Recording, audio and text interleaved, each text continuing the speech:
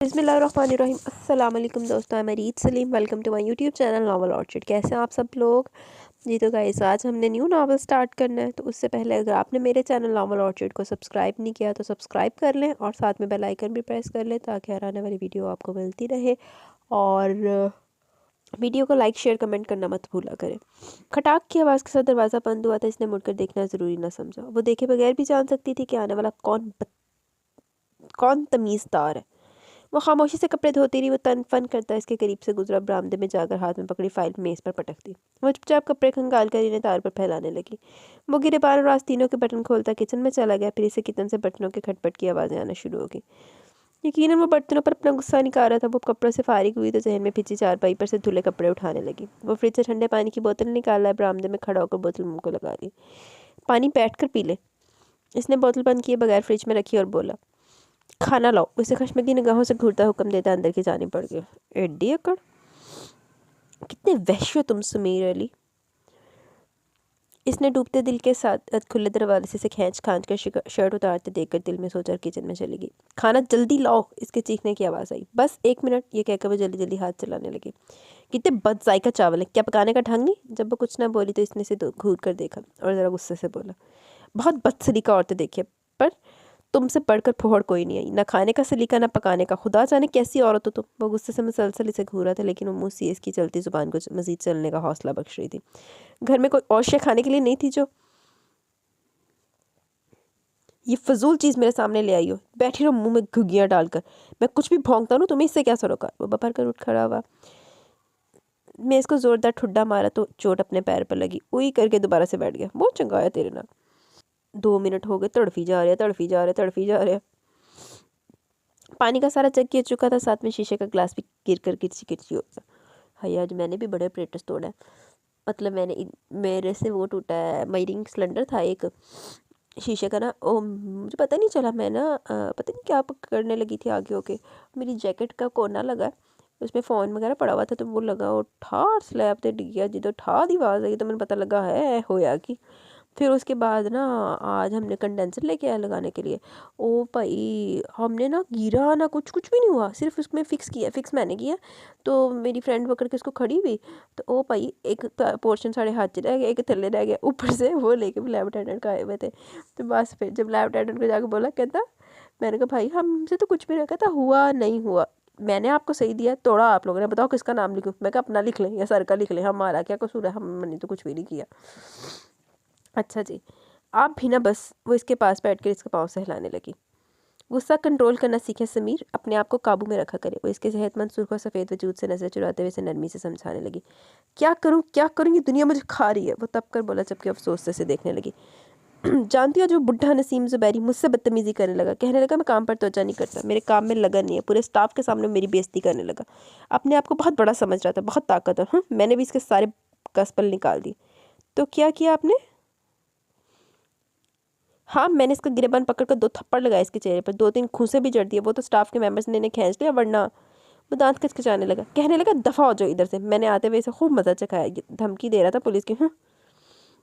ये तो तय था, ना तो वो कोई काम दिल से करता था ना तो वजह से। बस तनख्वाह की खातिर से ऑफिस में कुछ कोशिश महसूस होती थी, वो भी महीने के शुरू में, वरना बाद में तो ऑफिस इसके लिए एक बोझ ही होता था। आप क्यों जज्बाती हो जाते हैं समीर? अब ये भी नौकरी चाहती रही।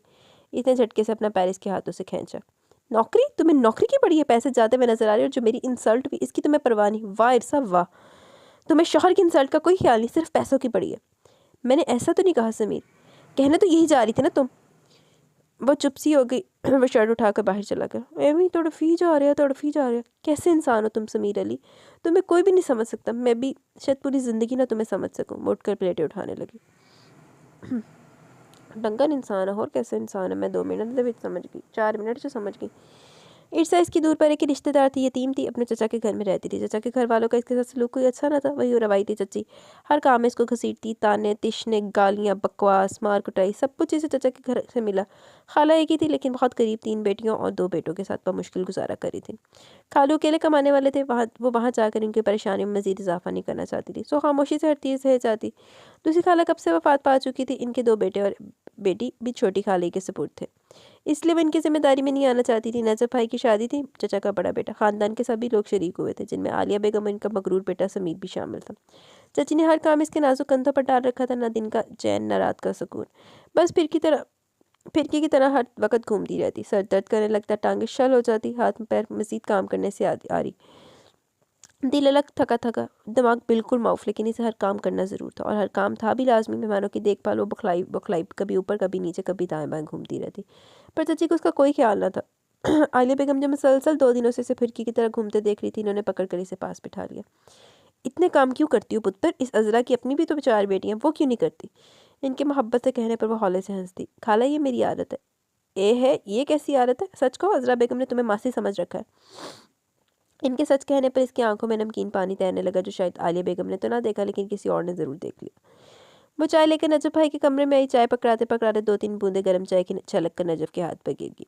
इसने कप छोड़ के एक जोरदार थप्पड़ इसे दे मारा। गरम गरम चाय इसके पैरों को झुलसा गई। इससे पहले वो सीधी होती नजफ को आलिया बेगम का नक्शड़ा बेटा एक जोरदार तमाचा रसीद कर चुका था। चंगा होया।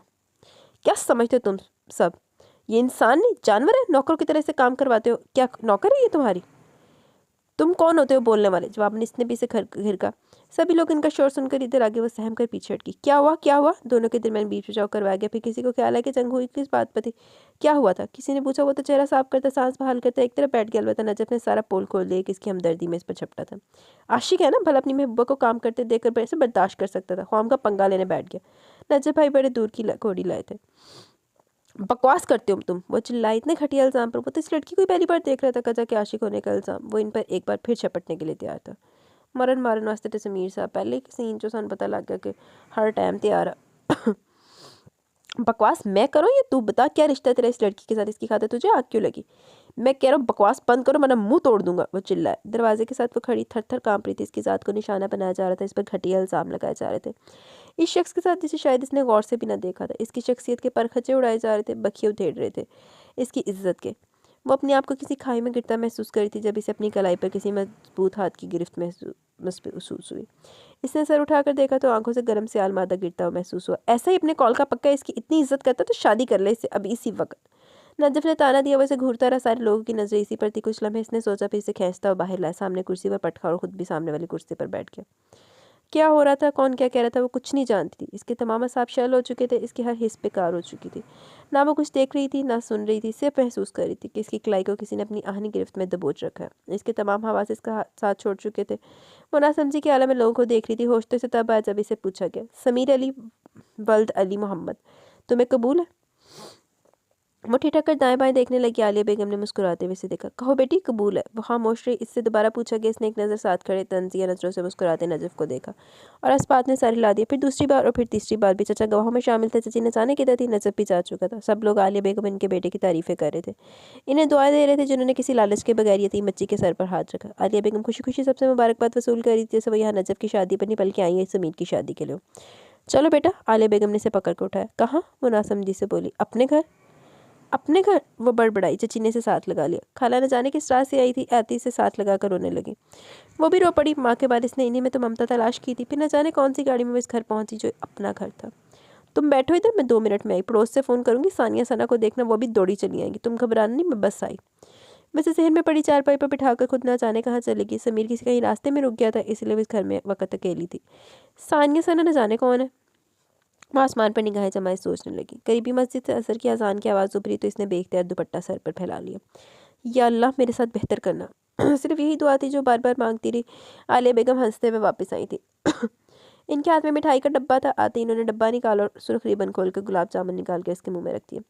इधर तो मिठाई मेरी नहीं, अब पड़ोस के बच्चे को भगाया तो वो झट लिया। इन्होंने एक लड्डू खुद अपने मुंह में रख लिया और इसके बाद तीसरा भी वो जो देखती रह गई। ये लो, ये भी खाओ। इन्होंने रसगुल्ला इसकी तरफ बढ़ाया तो इसने नफ़ी में सर ला दिया। मैंने नमाज़ पढ़नी है। क्यों नहीं मेरी बेटी, तुम वज़ू कर लो, मैं तुम्हारे लिए जाए नमाज़ निकालती हूँ। वज़ू कर चुकी तो इन्होंने कोने की तरफ इशारा किया। वो नमाज़ पढ़ने लगी। अपने लिए खैर की दुआ की। इसे खैर के सवा चाहिए भी क्या था। बाहर आई तो आलिया बेगम किचन में खड़ी नजर आई। वो इनके करीब चल गई। भूख लगी है ना, इन्होंने पूछा तो इनकार करने लगी। चल पगली, मैं क्या नहीं जानती कितने दिनों से तू भूखी है। वो इसे मोहब्बत से डांटने लगी तो इनको देखेगी। जल्दी में यही बना। इन्होंने कुछ सालों में गरम गरम 2 चपातियाँ इसके सामने रखी तो इनकी मोहब्बत पर रोने लगी। रोना नहीं, मेरी बेटी है तू, वरना मैं नाराज़ हो जाऊंगी। इन्होंने फ़ौरन से साथ लगा लिया। खाला? खाला नहीं, अम्मा। अगर समीर की अम्मा हो तो तुम्हारी भी अम्मा हो। इसकी आंखों में फिर से आंसू आ गए। मोहब्बत से इसके आंसू पहुंचने लगे। किसी ने ज़ोर ज़ोर से दरवाज़ा खटखटाया तो अम्मा बाहर को दौड़ी। यकीनन वही है। इसका दिल ज़ोर से धड़का। अम्मा की आवाज़ पर वो खाना छोड़कर बाहर निकला। इसे समीर का सामना करते शर्म आ रही थी, लेकिन जब बाहर आई तो कोई मर्द नहीं बल्कि 2 लड़कियां थीं, साथ छोटे छोटे 3 बच्चे। कहाँ है इर्सा? वो लड़कियां आती पूछने लगी, फिर इसे देखते इसे अपने साथ लिपटा लिया। आहा, ये है हमारी भाभी। हाय, कितनी प्यारी है, कितनी खूबसूरत, बाल कितने प्यारे हैं। आप ही जिल देखें कितनी नरम है इसकी। आप तो क्रीमें लगा लगा कर भी ऐसी जिल ना कर सके, और हानिया आपी की भी ऐसी नहीं है। इर्सा बेटा, ये सानिया और सना दोनों समीर की छोटी हैं, लेकिन तुमसे बड़ी हैं। अम्मा की बात को सानिया ने काटा। रुतबे में भी और उम्र में भी। सना के कहने पर सब हंसने लगी। अम्मा ने शायद फ़ोन पर ही सारी बात इन्हें समझा दी थी, इसलिए वो तफसील में नहीं जा रही थी। अम्मा, मैं इर्सा की मेहंदी लगा दूँ? सना ने पूछा तो अम्मा मुस्कुरा दी। सानिया दौड़कर गई और आते वक्त इसके हाथ में मेहंदी की कौन थी। दोनों बहनें इसकी मेहंदी लगाने लगी। वो नाना करती रहेगी। दुल्हन खामोश बैठती है। सानिया के टपटने पर वो चुप सी होगी।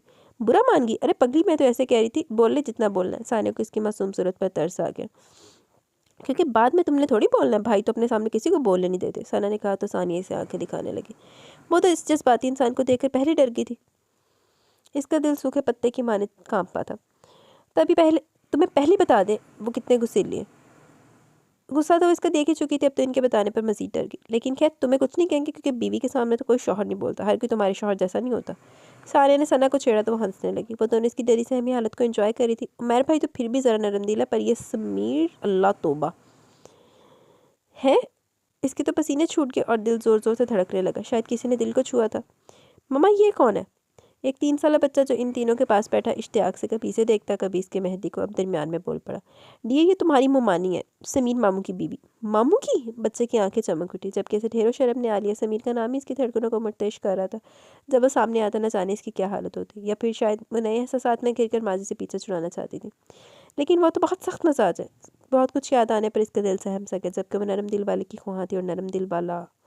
मामी, मुझे भी मेहंदी लगाए ना। बच्चा इसे इसरार करने लगा, जबकि इसकी सांसें मामी पे उथल पुथल होने लगी। किसी खास नाम से आपको छेड़ा जाए कितना जरूर मिलता है, इसे इस वक्त समझ आ रहा था। अम्मा, इर्सा को दुल्हन भी बनाए? हाँ हाँ, क्यों नहीं, रहने दे। वो थोड़ा सा मिनमिनाई। लेकिन इसकी किसने सुननी थी। वो दोनों कमरे में गई। कुछ ही देर बाद वापस आ गई। वो मगरिब की नमाज़ पढ़कर फारिग हुई तो उन्होंने झटी से पकड़ लिया। न जाने इसके चेहरे पर क्या क्या लेपापोती करने लगी। हाय अभी देखिए कितना अच्छा रंग आया। दोनों इसके हाथों को देखने लगी। मेहंदी का रंग बहुत गहरा था। हाँ भाई, ये बनेंगे इसके गुलाम। वो दोनों हंसने लगी, जबकि वो हंस भी ना सकी। जज्बात में आकर वो इसके साथ अपना नाम जोड़ पाया था। अपने जाने वो इसे कबूल करता भी या नहीं, यही ख्याल इसे हौलाया जा रहा था। आधे घंटे में मुकम्मल दुल्हन बन चुकी थी। मारी से छुटकारा पाना आसान नहीं था, लेकिन वो हकीकत पसंद थी। उस हकीकत को तस्लीम करना ही हकीकत था। वो भारी दुपट्टे को संभाल कर थक चुकी थी। मैरून कलर का लहंगा इस पर जच भी बहुत रहा था। इसे कमरे में बिठाया गया तो वो सुख की सांस लेने की बजाय परेशान सी हो गई। समीर से पूछे बिना इसे दुल्हन बनाकर इसके कमरे में ला बिठाया था। इसने तो 4 मिनट के अंदर अंदर इसे सिर्फ अपना नाम दिया था, जिसे वो जानता तक न था। भला इसे कैसे कबूल कर लेता। कांपते दिल के साथ इसकी दहशतनाक आमद का इंतजार करी थी। वो ये भी भूल गई कि इसके कुछ ख्वाब बस ख्वाब ही रह गए। 10 बजे के करीब वो घर में दाखिल हुआ। सानिया सना ने इसे रास्ते में धर लिया। तुम दोनों आज फिर टपकी? मैं उनकी आमद पर हैरान हुआ। तो क्या अपने भाई की शादी पर भी ना आती? सानिया ने तड़क कर पूछा। इसकी बात पर मजीद हैरान हुआ। सर्दी की वजह से दोनों हाथ आपस में मर रहे थे। तुम्हारे उमर भाई के 2 बच्चे हैं कि इन्होंने दूसरी तो नहीं कर ली? भाई, वो दोनों चीखी। खुद दुल्हन लाकर पूछ रहे कि उमर भाई ने दूसरी शादी तो नहीं कर ली? दुल्हन? वो जहन पर जोर डालने लगा, फिर सना को देखने लगा। ओह, वो तो बस इत्तेफाक थे, शादी थोड़ी। जाओ सना, तुम खाना लाओ। याद आने पर इसने कंधे उचकाया तो सानिया बिगड़ गई। सना भी लुकमे देने लगी तो इसे मजबूर इन लोगों को नेक देना पड़ा। अब इन्हें क्या बताता, इसे तो याद भी ना रहा था कि आज दोपहर को वो किसी को अपने नाम कर चुका है। इसे सचमुच आज के दिन का वाक़या भूल चुका था। 2 फिट्टे मुँह पर तेरे थे जो भूल चुकी है सीधे। एड्डा ही तो बेचारा चूचा है ना, छोटा काका, कि तेनों एक बारी तो भुल गई है। तेरी याददाश्त मरीज़ के बीवी भुल गई। वैसे भी यारों दोस्तों की खुशगवार महफिल में वो सब भूल जाता था। ये तो फिर भी एक मामूली सा वाक़या था। लाख लानत है भाई। बेटा, जिसे तुमने अपना नाम दिया, इसे महज नाम की नहीं, मोहब्बत और इज्जत की भी ज़रूरत है। यकीनन तुम इसे सब कुछ दोगे। जब वो खाना खा चुका तो आलिया बेगम ने बड़ी मोहब्बत से कहा। वो भवें उचका कर इन्हें देखने लगा, लेकिन पानी पीकर वापस जा चुकी थी। वो इनकी बात का मतलब समझने की कोशिश करने लगा। ना जाने किसकी बात करी हो। तो और फिट्टे हाल भाई, तू कितना छोटा जग काका, तेन कुछ नहीं पता, लानती। कुछ ना समझ आने पर वो कंधे उचकाकर अपने कमरे में आ गए। दरवाज़ा खोलते ही गुलाब के ताज़ा फूलों की खुशबू और मोती की महक ने इसका इस्तकबाल किया। फिर एकदम इसकी नज़र सामने पड़ी। इसकी आंखें हैरत से फैल गई। फिर इनमें नागवारी दर आई। बाद में इसे सामने बैठी इर्सा पर गुस्सा आ गया। तुम यहाँ क्या कर रही हो? इसने तड़क कर पूछा तो इसने फ़ौरन सर ऊपर उठा। वो अम्मा सानिया, वो यूँ बिगड़ कर पूछ रहा था जैसे वो कुछ जानता ही ना हो। 2 कदम आगे बढ़ा है। वो बेबसी से देखने लगी। यूं क्या देख रही हो कि इस तरह मैं तुम्हें कबूल कर लूँगा? गुस्से से उसके सामने बैठ गया। वो डर कर थोड़ी सी पीछे हटी। लेकिन आपने ही तो। इसे रोना आ गया। हाँ, मैंने सिर्फ तुम्हें वहाँ से निकाला और तुम्हें वहाँ से निकालने का एक यही सूरत हो सकती थी। तुम्हें किसने कहा कि यूं बंद संवर कर बैठो? क्या मैं तुम्हें कबूल कर लूँगा? वो गुस्से से फनकारा। वो कुछ ना बोली, बेबसी से अपने आने वाले आंसू का गला घोंटती रही। मुझे तरस आया था तुम पर, तुम्हारी हालत पर अफसोस हुआ था। रहम दिल हूँ मैं, इसलिए तुम्हें वहाँ से निकाल लाया। लेकिन इसका हरगिज़ ये मतलब नहीं कि तुम्हें शोला जवाला बना देख कर तुम्हारे सामने बिछ जाऊँगा या तुम्हें दिल से कबूल कर लूँगा। क्या तुक बनती है तुम्हारी यहाँ बंद संवर कर बैठने की? इसकी ज़ुबान आग उगल रही थी जो ईर्ष्या को झुलसाए दे रही थी। क्या तुम नहीं जानती कि मैं तुम्हें पहले जानता तक न था? अगर मैंने तुमसे निकाह किया तो सिर्फ तुम पर तरस खाकर ही किया होगा। कि इतनी खुशफहम हो गई, सब भूल बैठी। इसकी शोला बरसाती निगाहें मसलसल इसे जला रही थी। नाना करते हुए भी आंसू रुक ना सके। पलकों की बात तोड़कर गालों पर लुढ़क गए। वो एकदम चुप सा हो गया। शायद इस पर तरस आ गया था। जाओ कपड़े बदल लो। अब की बार वो साफ लहजे में बगैर गुस्से के बोला। वो आंसू साफ करती फौरन उठकर वॉशरूम में चली गई। वो धूप से पलंग पर गिर गया। न जाने अम्मा भी क्या है, मुझसे पूछे बिना इसे यहाँ ला बिठाया। अब इसे बाहर भी नहीं निकाल सकता। ख्वाम का बात पड़ेगी। अम्मा बहनें और ये खुद अगर बाहर निकाल दिया तो इसकी बेइज्जती हो जाएगी। लड़की है, दिल बहुत नाजुक है, क्या करूँ? वो उलझता सर तक चादर ओढ़ कर लेट गया। वो बाहर आई तो उसे सोता पाया बेचैनी से हाथों की उंगलियां चटखाने लगी कि अब क्या करे। इसने चादर से चेहरा निकाल कर इसे देखा तो बेबसी और मजबूरी की तस्वीर बनी। पलके छपक छपक कर आंसू पीछे धकेलती कुछ सोच रही थी। तुम्हें सोना है तो अब तुम्हें कहाँ सुलाऊं? वो बेजार हुआ। वो चुप रही। वो कमरे में नजरें घुमाता रहा। कुछ समझ ना आया तो थक सा गया। मैं नीचे सो जाती हूँ। क्या मरने के इरादे? वो तड़क कर बोला तो वो सहम से गई। अब जाती भी कहाँ? यूँ चलो, यूँ करो। वो थोड़ा सा रुका, इसे नागवारी से देखा, फिर बोला इधर ही लेट जाओ। इसने पलंग की तरफ इशारा किया तो वो खौफजदा नजरों से इसे देखने लगी। यकीनन खदशा था कि वो सरासर मजाक कर रहा है। वो तो इसे देखना गवारा नहीं कर रहा था। गजा के पास सुलाना ही नामुमकिन था। लेट भी जाओ, मुझे नींद आ रही है। हाँ, लाइट ऑफ कर दो। वो जानता था वो क्यों हिचकिचा रही है, इसलिए फौरन करवट लेकर आंखें मूंद गया। वो लाइट ऑफ करते हुए कांप रही थी कि अगर वो लेट की तो हो सकता है वो बेइज्जत करके उठाई दे ना दे। वो डरते डरते एक तरफ टिक गई। किसी खुशफहमी में मत रहना, तुम्हारी हालत पर तरस खा रहा हूँ। इसने इसकी मौजूदगी महसूस करते हुए कहा तो वो दांतों से नीचे होंठ काटने लगी। कुछ देर बाद समीर को अपने पीछे एक हल्की सी सिसकी सुनाई दी। एक पल के लिए इसके दिल को कुछ हुआ, फिर वो पक्का सोता बन गया। इधर वो हसरत से इस नरम बिस्तर में दुबका हुआ देख रही थी। खुद इसके ऊपर सिर्फ अपना दुपट्टा था। पूरी रात वो कांपती रही। दूसरी रात भी इसी तरह गुजरी। तीसरी रात भी और फिर चौथी रात भी गुजर जाती जो अगर समीर को सर्दी का एहसास न होता। तुम्हें रात को सर्दी नहीं लगती? वो दूसरी तरफ मुँह किए बोला। जी। वो इसी कदर कह सकी। इसे बताकर करना भी क्या था? कौन सा इसने इसका ख्याल रखना था? लेकिन इसे इस वक्त हैरत का शदीद झटका लगा जब इसने इसकी तरफ करवट ली। तुम्हें सर्दी नहीं लगती? वो बहुत दोस्ताना लहजे में पूछ रहा था। वो क्या जवाब देती? इसका तो दिल हाथ तो पैरों में धड़कने लगा। अगर तुम यहाँ लेटी हो, यहाँ तुमने अपनी जगह बनाई है, फिर तुम्हें कुछ और भी तो करना चाहिए था ना। वह नहायत मासूमियत से बात कर रहा था। क्या? इसके वजूद के साथ इसकी आवाज़ भी कांप रही थी। वो हौले से मुस्कुराया, फिर आहिस्ता से थोड़ा सा अपने करीब किया और फिर इस पर भी अपनी चादर उड़ा दी। करीब होते दोनों के दिल एक साथ धड़के थे। धड़कनों की रफ्तार तेज़ हुई थी। दोनों की सांसों की आवाज़ शोर मचाने लगी तो समीर ने अनजाने जज्बे के तहत इसे अपने बाजू के हल्के में ले लिया। लाख लानत। सिर्फ एक लम्हे की बात थी, फिर इसे छोड़कर करवट बदल ली। अच्छा, अद्दी लानत। वो अपनी उथल पुथल सांसों को काबू करने की नाकाम कोशिश करने लगी और वो अपने अनोखे जज्बात पर बंद बांध रहा था। कुछ करदा तो सही, तेनी लानत दी बरसात ना कर दी। एक दिन तो तड़फदा पिया सी ते अगले दिन ही लट्टू। 3-4 दिन बाद ही हवा निकल गई। लेकिन अगली रात वो अपने शरीदा जज्बात पर काबू न रख सका। देखिया, लौन दीजिए न होवे थे। बाहर तूफानी बारिश हो रही थी। दरवाजे खिड़कियाँ खटखट करते से टूटने लगे थे। तेज़ हवाओं की वजह से रात खौफनाक लग रही थी और वो दोनों एक दूसरे से अनजान बने शायद अपने आप को संभाल रहे थे। वो चुप लेटा सोचों में कहीं दूर निकला। बेख्याली में बिजली के कड़कने, बादलों की गरजने की आवाज़ सुन रहा था, जबकि वो करवट दूसरी तरफ की हमेशा की तरह खुद को बहुत तन्हा महसूस कर रही थी। कल भी वो अकेली थी, आज भी अकेली थी। फ़र्क था तो सिर्फ इतना कि कल कोई इसके पास न था। आज इसके पास सिर्फ एक हाथ के फासले पर इसका बेमुरब्बत शौहर लेटा हुआ था, जिससे इसकी कोई परवाह न थी। था तो इसका साहिबान, मगर सिर्फ नाम का। ना तो इसे कोई दर्जा देना चाहता था और ना ही इसे अहमियत। इसे सिर्फ इससे हमदर्दी थी। वो तरस खाकर इसे अपने घर ले आया था। वो रहम दिल था। इंसानी हमदर्दी के तहत इसे अपने करीब जगह दे दी। ये बात इसे हमेशा याद रखनी थी। इसने पहले दिन ये बात जता दी थी कि इसे खुशफहमी में रहने की कोई ज़रूरत नहीं, जभी तो वो खुशफहमियाँ पालने से खौफज़दा थी। तेज़ हवाओं की वजह से दरवाजे खिड़कियाँ बज रहे थे। हवाएं न जाने कैसे अंदर घुसी आ रही थी। इस पर शदीद कपकपी आ रही थी। दिल कहीं छुप जाने को चाह रहा था। लेकिन इसके कंधे पर समीर ने अपना भारी हाथ रख दिया तो वह चौंक से की गर्दन मोड़कर इसे देखने लगी। इर्सा, सर्दी लग रही है तो करीब आ जाओ। न जाने किस रोब में आकर वो सरगोशी के से अंदाज में बोला। इससे पहले वो हैरान या फिर इसकी मानी के इस बात पर परेशान होती। फिजा में गर्जदार समातों को फाड़ देने वाला धमाका हुआ। वो डर कर एकदम इसके साथ लगी। दूसरी बार फिर दहशतनाक आवाज़ उभरी तो इसके सीने में चेहरा छुपा गई। या अल्लाह, कितना मददगार है तू। वो हौले से मुस्कुरा इसके गिर्द अपने मजबूत बाजुओं की गिरफ्त करती। तुम करीब और मैं प्यासा रह जाऊँ। इसकी सरगोशी सिर्फ ईर्षा को सुनाई दी थी। इसने अपना हक इस्तेमाल कर लिया क्योंकि इसमें ईर्षा की भी रजामंदी शामिल थी। इसने इसे बतौर बीवी कबूल कर लिया, लेकिन ये बात इस पर साफ लफ्ज़ों में जता दी कि वो इसकी ख्वाहिश नहीं और ना ही वो इससे मोहब्बत कर सकता है। इसे जब भी अपनी चाह जैसी लड़की मिली वो दूसरी शादी ज़रूर करेगा और वो इसको शादी का तो बता देगा, लेकिन इजाज़त लेने का वो पाबंद नहीं। अम्मा को भी इसने बता दिया था। अम्मा तो बाकायदा इसकी अक्ल पर मातम करने के इस अंदाज में सर पर हाथ रखकर बैठ गई थी, जबकि वो अपनी अहमियत का तयन खुद कर सकती थी। सो खामोश रही। जानती थी इसका वजूद सिर्फ ज़रूरत है, मोहब्बत नहीं। यही शुक्र था कि इसने कबूल तो कर लिया, चाहे ज़रूरत के तहत ही कबूल तो किया ना। और 4 महीने हो गए थे वो इसकी ज़रूरत बनकर रह गई थी। जब से वो इस घर में आई थी वो इसके कई रूप देख चुकी थी, लेकिन ये अब तक ना समझ पाई कि इसका असली रूप, असली चेहरा कौन सा। कभी इतनी अहमियत देता कि अगला बंदा खुद को हवा में उड़ता महसूस करता, कभी इतनी बेइतनाई बढ़ता कि बंदा खुद ही अपने आप पर शर्मिंदा हो जाता। इंतहाई मनहूस किस्म का हीरो है भाई। मतलब इतना ही वो क्या हो गया, वो क्या कहते हैं यार, क्या कहते हैं जिन्हें कोई एक मजाज ही नहीं है, एक जगह ते टेक ही नहीं सकता, गैर मुस्तकिल मजाज है, जो ऑपोजिट होता है वही। नहायत ही जज्बाती, अक्खड़ मिजाज, बहुत सख्त कठोर संगदिल, बहुत सफाक व जालिम, असूलों का पक्का, एक किस्म का वहशी दरिंदा, और बहुत ही रहमदिल, हमदर्द, बहुत ख्याल रखने वाला, मोहब्बतों का ख्याल और इस कदर करने वाला भी था, इसकी कदर करने वाला भी था। दूसरे लफ्ज़ों में वो स्याह और सफ़ेद का ऐसा बाप था जिसके दोनों चेहरे ना तो छुपे हुए थे और ना ही आया थे। एक किस्म का वो नज़र का धोखा या फिर दिल का पेचीदा वहम था। वो ऐसा बंदा था कि जिसकी पहचान सिर्फ खुद वही जानता था। मैंने लगता आपने भी नहीं पता होना डंगर नू। हर 1.5-2 माह बाद वो नौकरी को यूँ लात मारता जैसे इससे कोई बड़ा बिजनेसमैन दुनिया में ना। अपने मजाज के खिलाफ कोई बात सुनने से कतई गवारा ना था। तभी तो बड़े से बड़े अफसर को भी वो खातिर में ना लाता। हर किसी से इख्तलाफ करना इसकी आदत बन चुकी थी। अब भी इतनी मुश्किलों से नौकरी मिली थी, वो अपने ऑफिसर से मार धाड़ करके इसे हाथ धो बैठा था। अम्मा मैंने तो इसे समझा समझा कर थक चुकी थी, लेकिन वो भी अपने नाम का एक ही था। पहले कब किसी की सुनता था, जो अब किसी के दबाव में आ जाता। ईर्षा ने भी चुप हो जाना बेहतर समझा। अगर बोल भी लेती तो कौन सा इसने इसके सामने सर झुका देना था, उल्टा वो इसे बेइज्जत कर देता। अम्मा कल से सानिया के घर गई हुई थी, जी तो इसका भी चाह कि इसके साथ चली जाए इनके, लेकिन समीर के डर से इसने अम्मा को कहना मुनासिब न समझा, वरना अम्मा इसे ज़रूर साथ ले जाती। वो दोपहर का गया हुआ था, लेकिन अभी तक वापस नहीं लौटा। वो घर में अकेली थी। चांद न निकलने की वजह से स्याह अंधेरी रात इसे बहुत खौफनाक लग रही थी।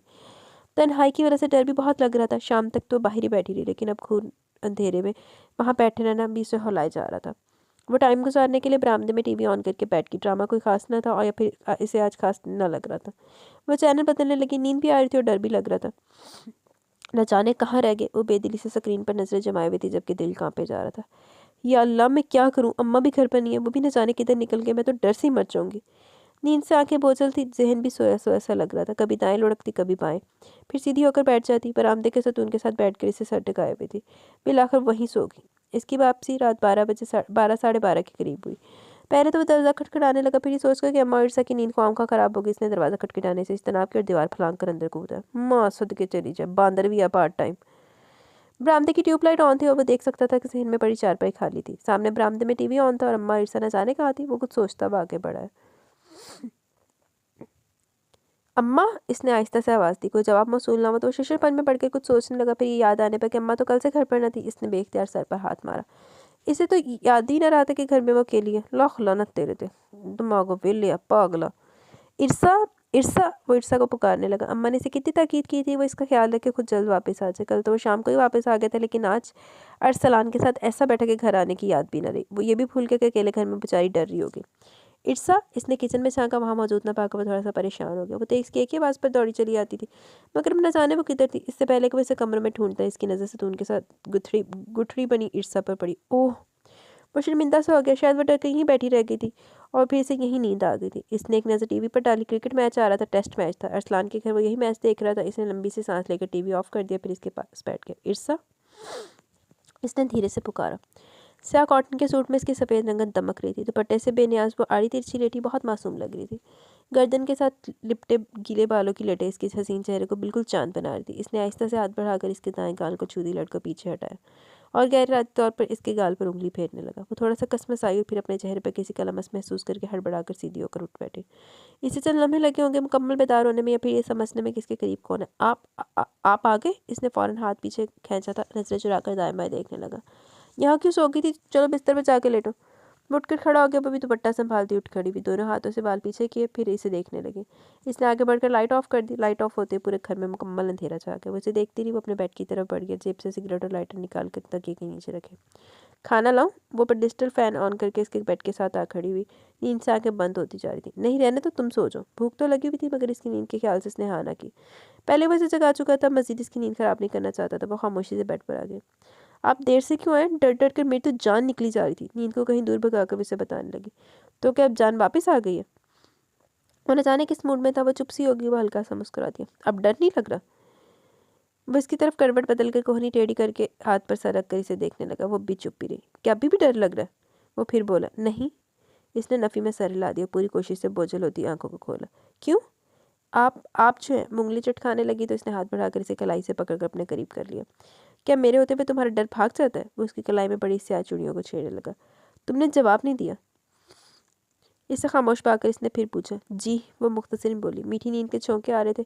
क्यों? शायद कोई ख्वाहिश जागी थी, इसलिए बेमकसद बातें करके अक्सर मकसद की तरफ आना चाह रहा था। आप हैं इसलिए? वो आंखें मूंदे हुए बोली। यानी मेरे होते हुए तुम अपने आप को मजबूत समझती हो? अगर अम्मा हो तो फिर भी मुझे डर नहीं लगता, तब भी मैं अपने आप को मजबूत समझती हूँ।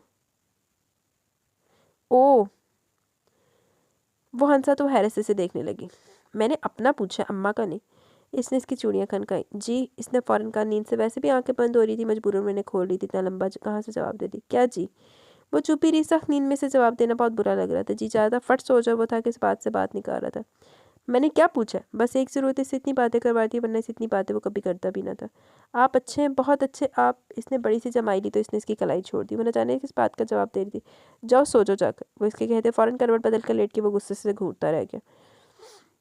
जानती भी है कि मैं। वो गुस्से से करवट बदल के सोने की कोशिश करता रहा, लेकिन नींद कहीं दूरी भागी जा रही थी। लानती। नफ्स को काबू करना बहुत मुश्किल काम होता है। ख्वाहिश, तलब, ज़रूरत सब मिलकर इसे उकसाने लगी। वो गर्दन मोड़कर इसे देखने लगा। वो नींद में गर्क मस्त, इससे लापरवाह बनी न जाने किस जहाँ में पहुंची हुई थी। वो चंद लम्हे इसे देखता रहा, फिर तकिए के नीचे हाथ मारा और सिगरेट निकाल कर बैठ गया। सिगरेट होठों में दबाकर लाइटर से आग जलाई। 3-4 इसी तरह फूंके तो दिल की आग थोड़ी सी मद्धम पड़ी। फिर वो लेट गया। कुछ तो फाका हुआ ही था। समीर, कुछ चाहिए? इसकी अचानक आंख खुली। इसे सिगरेट पीता देख रही थी, इसीलिए बोल पड़ी। लेकिन इसके जागने पर पूछने का कोई फ़ायदा न रहा, क्योंकि अब वो सो चुका था। अच्छा जी, चल सोई मर जावे, खसमानु खाए। मौसम बहुत खुशगवार था। सर्द हवाएं माहौल को पूरे स्टार बनाए हुए थी। बारिश का इम्कान ज़रूर था, लेकिन आसमान पर अभी तक चंद ही बादल के टुकड़े थे। वो सुबह ही कहीं निकल गया था। इस वक्त कोई खास काम ना था, इसलिए वो चाय बनाकर सानिया वगैरह के कमरे में चली गई। इसने इनकी अलमारी से एक रसाला निकाला और बाहर सीढ़ियों पर आकर बैठ गई। हेलो। ए सुनो। इसने रसाले पर नज़र उठाकर या दाएं बाएं देखा। आम के दरख्त के पीछे से आवाज़ आई थी। वो उठकर रसाला और कप वहीं टीडियों पर छोड़कर बाएं जानी चली। अरे आयशा, तुम कब आई? वो आयशा को दीवार पर चढ़े देखकर हल्के से मुस्कुराई। आयशा भी जवाब में मुस्कुराई। वो तलीम के सिलसिले में अपने घर कम ही रहती थी। इस्लामाबाद में इसके मामू थे, जिनके घर रह रही थी। ईर्षा के साथ इसकी अच्छी खासी हेलो आई थी। बहुत नटखट चंचल सी लड़की थी। हंसता हंसाना इसका मशगला था। बेफिक्र लापरवाह सी वो लड़की ईर्षा को बहुत पसंद थी। आंटी किधर है? वो दीवार से टांगे नीचे लटकाकर बेफिक्री से बैठ गई। गर्दन घुमा घुमा कर इसके खामोश घर का जायजा लेने लगी। पहले मेरी बात का जवाब दो। कौन सी बात? इसने भवें उचकाई। मैंने पूछा तुम कब आई और कैसी हो? इसने दोबारा से सवाल किया। ओ, मैं रात को आई थी। और दूसरा सवाल तुमने पहले नहीं पूछा था, ये मजीद क्यों इजाफा किया? वो टांगे दाएं बाएं झिलाते हुए उल्टा इसी से पूछने लगी। अरे बाबा, पहले नहीं पूछा था, मगर अब तो पूछ रही हूँ ना। वो खिलखिलाकर हंस पड़ी। आयशा बीबी न जाने कहाँ कहाँ से बातें निकाली थी कि ख़त्म होने का नाम ही न ले रही थी। इसने 2-3 बार लंबी लंबी सांसें खारिज की, कानों में उंगलियां चलाई, आंखें फाड़ फाड़ कर चलते रेडियो को देखा, जो ना तो सेल का इस्तेमाल करता था और ना ही बिजली का। फिर एकदम रेडियो का वॉल्यूम कम हो गया। किसी ने इसे पीछे से खींचा था। हाय मर गई मैं। वो पीछे गिरते गिरते बची थी। मैंने तुम्हें किधर भेजा था? तुम यहाँ स्टार्ट हो चुकी हो। अरे अम्मी। वो दूसरी जानिब इसकी अम्मी थी। ये बताओ, मैंने तुम्हें किस काम से भेजा था? ओ, याद आया। इसने अपने सर पर चप्पत रसीद की तो ईर्षा को हंसी आ गई, जबकि इसकी अम्मी ने पीछे से 2 थप्पड़ और जड़ दिए। मार क्यों रही है? बता तो रही हूँ ना। वो फिर गिरते गिरते बची। अब क्या फ़ायदा, फ़ोन तो बंद हो चुका है। तू कर अपनी गुफ्तगू, नालायक बदतमीज़। अम्मी के डांटने में सर खुजाने लगी थी। सॉरी यार, याद नहीं रहा। मैंने भी आंटी का पूछा तो तुमने मुझे अपनी बातों में लगा लिया, और अंकल को शायद जल्दी थी, इसलिए फ़ोन बंद कर दिया। अंकल? कौन अंकल? वो हैरान हुई। वही तुम्हारे ससुर। वैसे तुम सास नंदो वाला ड्रामा देखती हो? मेरे ससुर? इसने इसकी दूसरी बात का जवाब नहीं दिया। हाँ, तुम्हारे फादर इन लॉ जो कनाडा में मुकीम है। क्या? इसे कनाडा में मुकीम कोई और भी याद आया था। हाँ भाई, इन्हीं की कॉल थी। आंटी को बुला रहे थे, पर अब तो देर हो गई। अच्छा, क्या तुम्हें नहीं पता कि तुम्हारे ससुर साहब हैं? इसके चेहरे पर हवाइयाँ उठते देखकर मशकूक हुई। हाँ पता है, समीर ने बताया था। इसने झट बात बताई, वरना इसे क्या पता था कि समीर का कोई रिश्तेदार कनाडा में होता भी है या नहीं। बेटा, वो तुमसे बात करना चाहते। आयशा की अम्मी एक बार फिर बोली। शायद फ़ोन फिर आया था। मुझसे? हाँ बेटा, तुमसे। जल्दी आओ। वो जाना तो नहीं चाह रही थी, फिर इस डर से कि कहीं समीर बाद में से बुरा भला ना कहे, वो फ़ोन सुनने चली गई। वो इन्हें जानती कब थी? आलिया बेगम को भी इसने शादी में पहली बार देखा था। इससे पहले वो किसी से वाकिफ़ ही ना थी। अभी तक तो इसने हानिया भी, उमर भाई को भी नहीं देखा था, सिर्फ नाम से वाकिफ़ थी। लेकिन वो हैरान थी कि आलिया बेगम ने अपने शौहर के बारे में इसे जिक्र क्यों नहीं किया था। इसने धड़कते दिल के साथ अली मोहम्मद से बात की। और वो बहुत मोहब्बत और शफ़क़त से बात कर रहे थे, इसे बार बार शादी की मुबारकबाद दे रहे थे, बार बार कभी सानिया, सना, हानिया को पूछते, कभी उमैर और समीर का। वो जो इनसे बातें कर रही थी हैरानी होती जा रही थी, क्योंकि वो इससे काफ़ी हैरानगी वाले सवाल कर रहे थे। मसलन समीर कहाँ जॉब कर रहा है, उमैर आजकल कहाँ रह रहा है, हानिया की बेटी ठीक है, सना सानिया का क्या हाल है। आलिया बेगम गुस्सा करती हैं, इसी तरह सादगी से ज़िंदगी बसर कर रही हैं। वो तो इनके सवालों पर ही हैरान रह गई, समझ ना सकी कि इस तरह क्यों पूछ रहे हैं। हालांकि सबके बाप और आलिया बेगम के खामन थे, फिर वो इस तरह जोश और खरोश और खुशी खुशी इतने सारे सवाल क्यों पूछ रहे थे। कभी कभी वो इतने जोश से सवाल पूछते पूछते एकदम से अफसरदा हो जाते, इनके आवाज़ में नमी सी घुल जाती, इसके लहजे का उतार चढ़ाव इसे छुपा न रह सका। लेकिन वो इनसे इतनी बेतकल्लुफ़ न थी कि फट से इनसे ऐसी कोई बात वैसी बात दरियाफ्त कर लेती। लेकिन कोई बात ऐसी थी जो बार बार दिल में खुटक रही थी, लेकिन वो ज़ुबान पर न ला रही थी। दरअसल बेटा, पूरे 9 माह बाद घर बात कर रहा हूँ ना, इसीलिए सब एक दफ़ा ही पूछ लेना चाहता हूँ। वो इसकी खामोशी भांप कर ज़रा सा मुस्कुराए। अली मोहम्मद नाम तो इसका जाना पहचाना था, और शायद वो यकीनी पहचान चाहती थी। और हाँ बेटा, आलिया को बता देना मैंने ड्राफ्ट भेज दिया, इन्हें जल्दी मिल जाएगा, और मेरा सबको सलाम कहना। और हाँ, अगर हो सके तो वो ज़रा से रुके, वो ठिठक सी गई।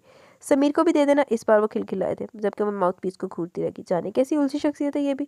वो घर वापस आते हुए सोच रही थी। घर में दाखिल होते ही इसकी नज़र सामने सीढ़ियों पर पड़ी। वो वहाँ बैठा इस रसाले की बरगरदानी कर रहा था। कुछ देर कबल वो यहीं रख कर गई थी।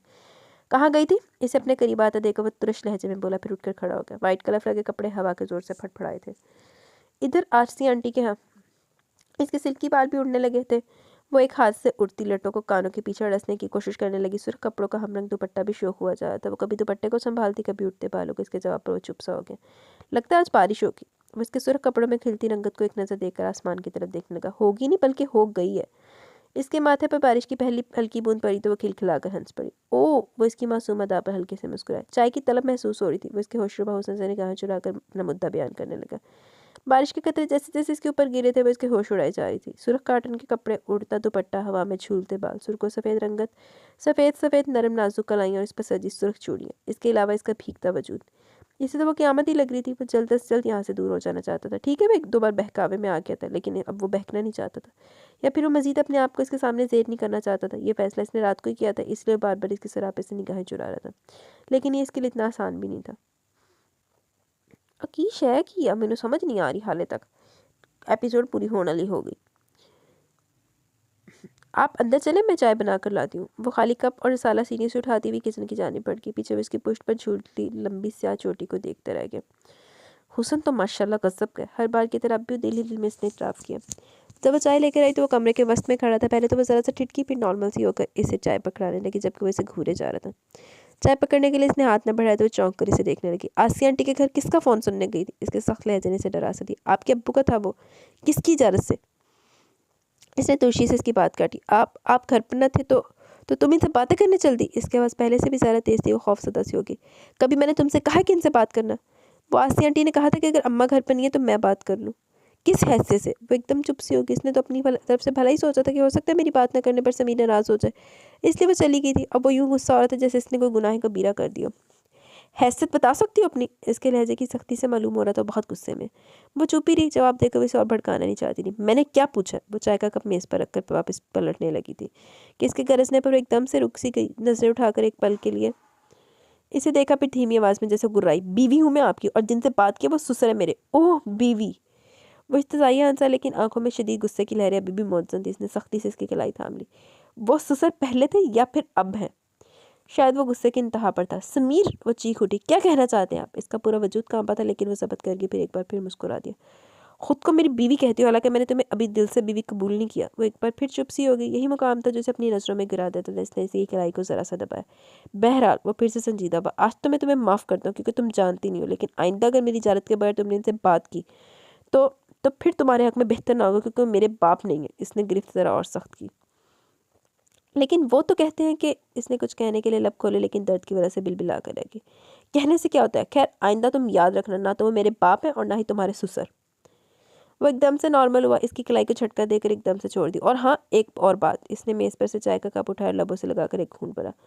आइंदा मेरे सामने इस लहजे में बात मत करना, क्योंकि मैं बर्दाश्त नहीं कर सकता कि तुम मेरे सामने इस तरह करो। हाँ तो अब्बा लगना ना उधर, लानती है, जहर लगता पे मैनू बंदा। नॉर्मल तो हो गया था, लेकिन इसके लहजे में इश्तियाल अब भी था। वो मन ही मन के सवाल लिए चुपचाप बाहर निकले। बारिश तेज़ हो चुकी थी। आम का दरख्त हवा के संग झूम रहा था। सेहन में लगे छोटे छोटे पौधे भी नहाने और निखरने में मशगूल थे। वो बरामदे के पिलर के साथ टेक लगाकर बरसती बारिश को देखने लगे। कुछ देर बाद इसे महसूस हुआ कि इसकी आंखों से भी बारिश रमा हो चुकी है। समीर अली मुझे कब तक ये याद दिलाते रहोगे कि मैं सिर्फ रहम और हमदर्दी की वजह से यहाँ हूँ? मैं मुझे कब भूलने दोगे ये बात कि सिर्फ तर्स की बिना पर तुम मुझे यहाँ लाए हो? आंखों से बरसती बारिश ज़रा और तेज़ होगी। जानती हूँ मैं तुम्हारी नज़र में, तुम्हारे दिल में मेरी कोई हैसियत नहीं। तुम्हारी नज़र में मेरे लिए हमदर्दी है, तुम्हारे दिल में मेरे लिए रहम है, तरस है, लेकिन तुम कोई हैसियत बनाने दो तो मैं बनाऊँ ना। वो टिकटिकी माँ ने छोटी छोटी बूंदों को देखे जा रही थी, लेकिन इसकी आंखों से बहती बूंदें देखने के लिए कोई न था।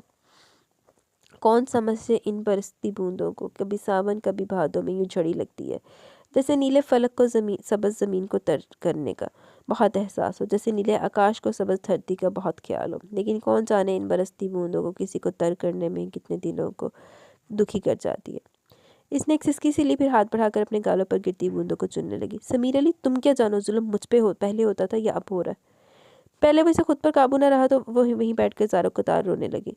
वो बाहर आते उसे सामने बरामदे में अपनी तरफ पुश्त के बैठे देखा। ओ तो बारिश का नज़ारा हो रहा है। वो आगे बढ़ने के बजाय पीछे मुड़ गया। लानती बेगैरत आदमी। पूरी रात बारिश होती रही। अगली सुबह बहुत निकली निकली खुशगवार सी थी। वो अभी तक सो रहा था। इसने झाड़ू उठाकर से में बिखरे तमाम पत्ते, तिनके और कागज वगैरह इकट्ठे किए। आम की एक टूटी शाख को खींच कर इससे अलहदा किया। नीचे गिरे सबस पीले आमों को टोकरी में डाला और इन्हें किचन में रखा। वो जाकर तो इसके लिए नाश्ता तैयार करने लगी। वो नहाकर किचन में ही आ गया। शुक्र है थोड़ी गर्मी तो ख़त्म हुई, वो बैठते बोला। इसने खामोशी से इसके सामने नाश्ता रखा, खुद बाहर चली गई। मोती के कई पौधे क्यारों से बाहर पड़े थे, कई फूल हवा के जोर पर दाएं बाएं बिखरे थे, कई छोटी छोटी डालियां टूटते टूटते बची थी। वो झाड़ू से एक बार फिर क्यारियों के किनारे साफ करने लगी। मोती की बेलों को एक बार फिर बांध कर दीवार के साथ चिपका दिया। पौधों को भी सीधा के जो शाखें टूटने वाली थी, इन्हें धागे से बांध दिया। नीला उफक बहुत दिलकश लग रहा था। निखरा निखरा साफ मौसम इसे हमेशा से पसंद था। खासकर जब भी वो खाला के घर जाती, इसी तरह के मौसम के लिए दुआ करती और गर्म ताला गर्म कर देता तो वो दिल खोल कर इस मौसम को एंजॉय करती थी। रोशीन, नौशीन, अफशीन और छोटी खाला की दुआ सभी इस मौसम में खूब धमा चौकड़ी में जाती। साथ फहद और असद भी शामिल हो जाते। अलबत्ता उमैर जो घर में सबसे बड़ा बच्चा था, इसको हर वक्त सरजनिश करता रहता। रोशीन और नशीन की शादी हो गई थी, जो खाला ने बड़ी तगदो के साथ 2 साल कबल ही की थी। खालू बेचारे हर वक्त बीमार रहते, तो उमैर ने तालीम अधूरी छोड़ दी और बड़ी दिक्कतों से एक प्राइवेट फर्म में जॉब हासिल कर ली। वो बाद में बड़ी मेहनतों के बाद कनाडा चला गया। खाला और खालू ने इसे कितना रोका था, लेकिन इसकी सिर्फ एक ही रट थी। वो अफशीन, दुआ, फहद और असद का मुस्तकबिल तबाह नहीं करना चाहता। सिर्फ वो इन्हीं के लिए जाएगा। ये सच ही था कि उसे सब छोटों की मुस्तकबिल की बहुत फिक्र थी। आप खुद कौन से बड़े हैं? वो अक्सर इनसे कहती थी। बड़ा तो हूँ, और ये और बात है कि सिर्फ तुम्हें नज़र नहीं आता। चलो खैर, कभी तो नज़र आएगा। वो हमेशा शरारत से कहते थे। जवाबन वो इन्हें खफकी से देखती तो वो कान पकड़ लेते। वो कितना इशरार करते थे कि वो भी चचा के घर रहने की बजाय इधर ही रहे, लेकिन वो इनकी सफ़ेद पोशी से वाकिफ़ थी। इन्हें मज़ीद तकलीफ नहीं देना चाहती थी, इसलिए हर बार इनकार कर देती। खाला जानती थी वो क्यों इनकार करती, चाहती तो वो भी थी कि वो इनके साथ ही रहे, लेकिन अपनी गरीबी देखकर मुँह ही सी लेती। पहले वो छोटी बहन की बेटी दुआ और असद को पाल रही थी। बेशक फ़ाइज़ अली मुँह से कुछ नहीं कहते थे खालू, लेकिन वक्त आने पर इनके माथे पर शिकने उभर सकती थी, और वो इसी वक्त से डरती थी। वो इससे भी वाकिफ़ थी कि चचा के घराने का रवैया इससे कोई खास बेहतर ना था, लेकिन इसकी तरह इन्होंने भी मुंह को सील और आंखों को बंद कर लिया। इन्होंने सब किस्मत पर छोड़ दिया, और किस्मत के खेल अजब निराले ही होते हैं। आज कहाँ न जाने कल कहाँ। जो बात वहम गुमान में भी नहीं होती, वही बात हो जाती है, और इंसान हैरान होता है कि ऐसा तो हमने कभी सोचा भी ना था। तभी तो इसे किस्मत कहते हैं।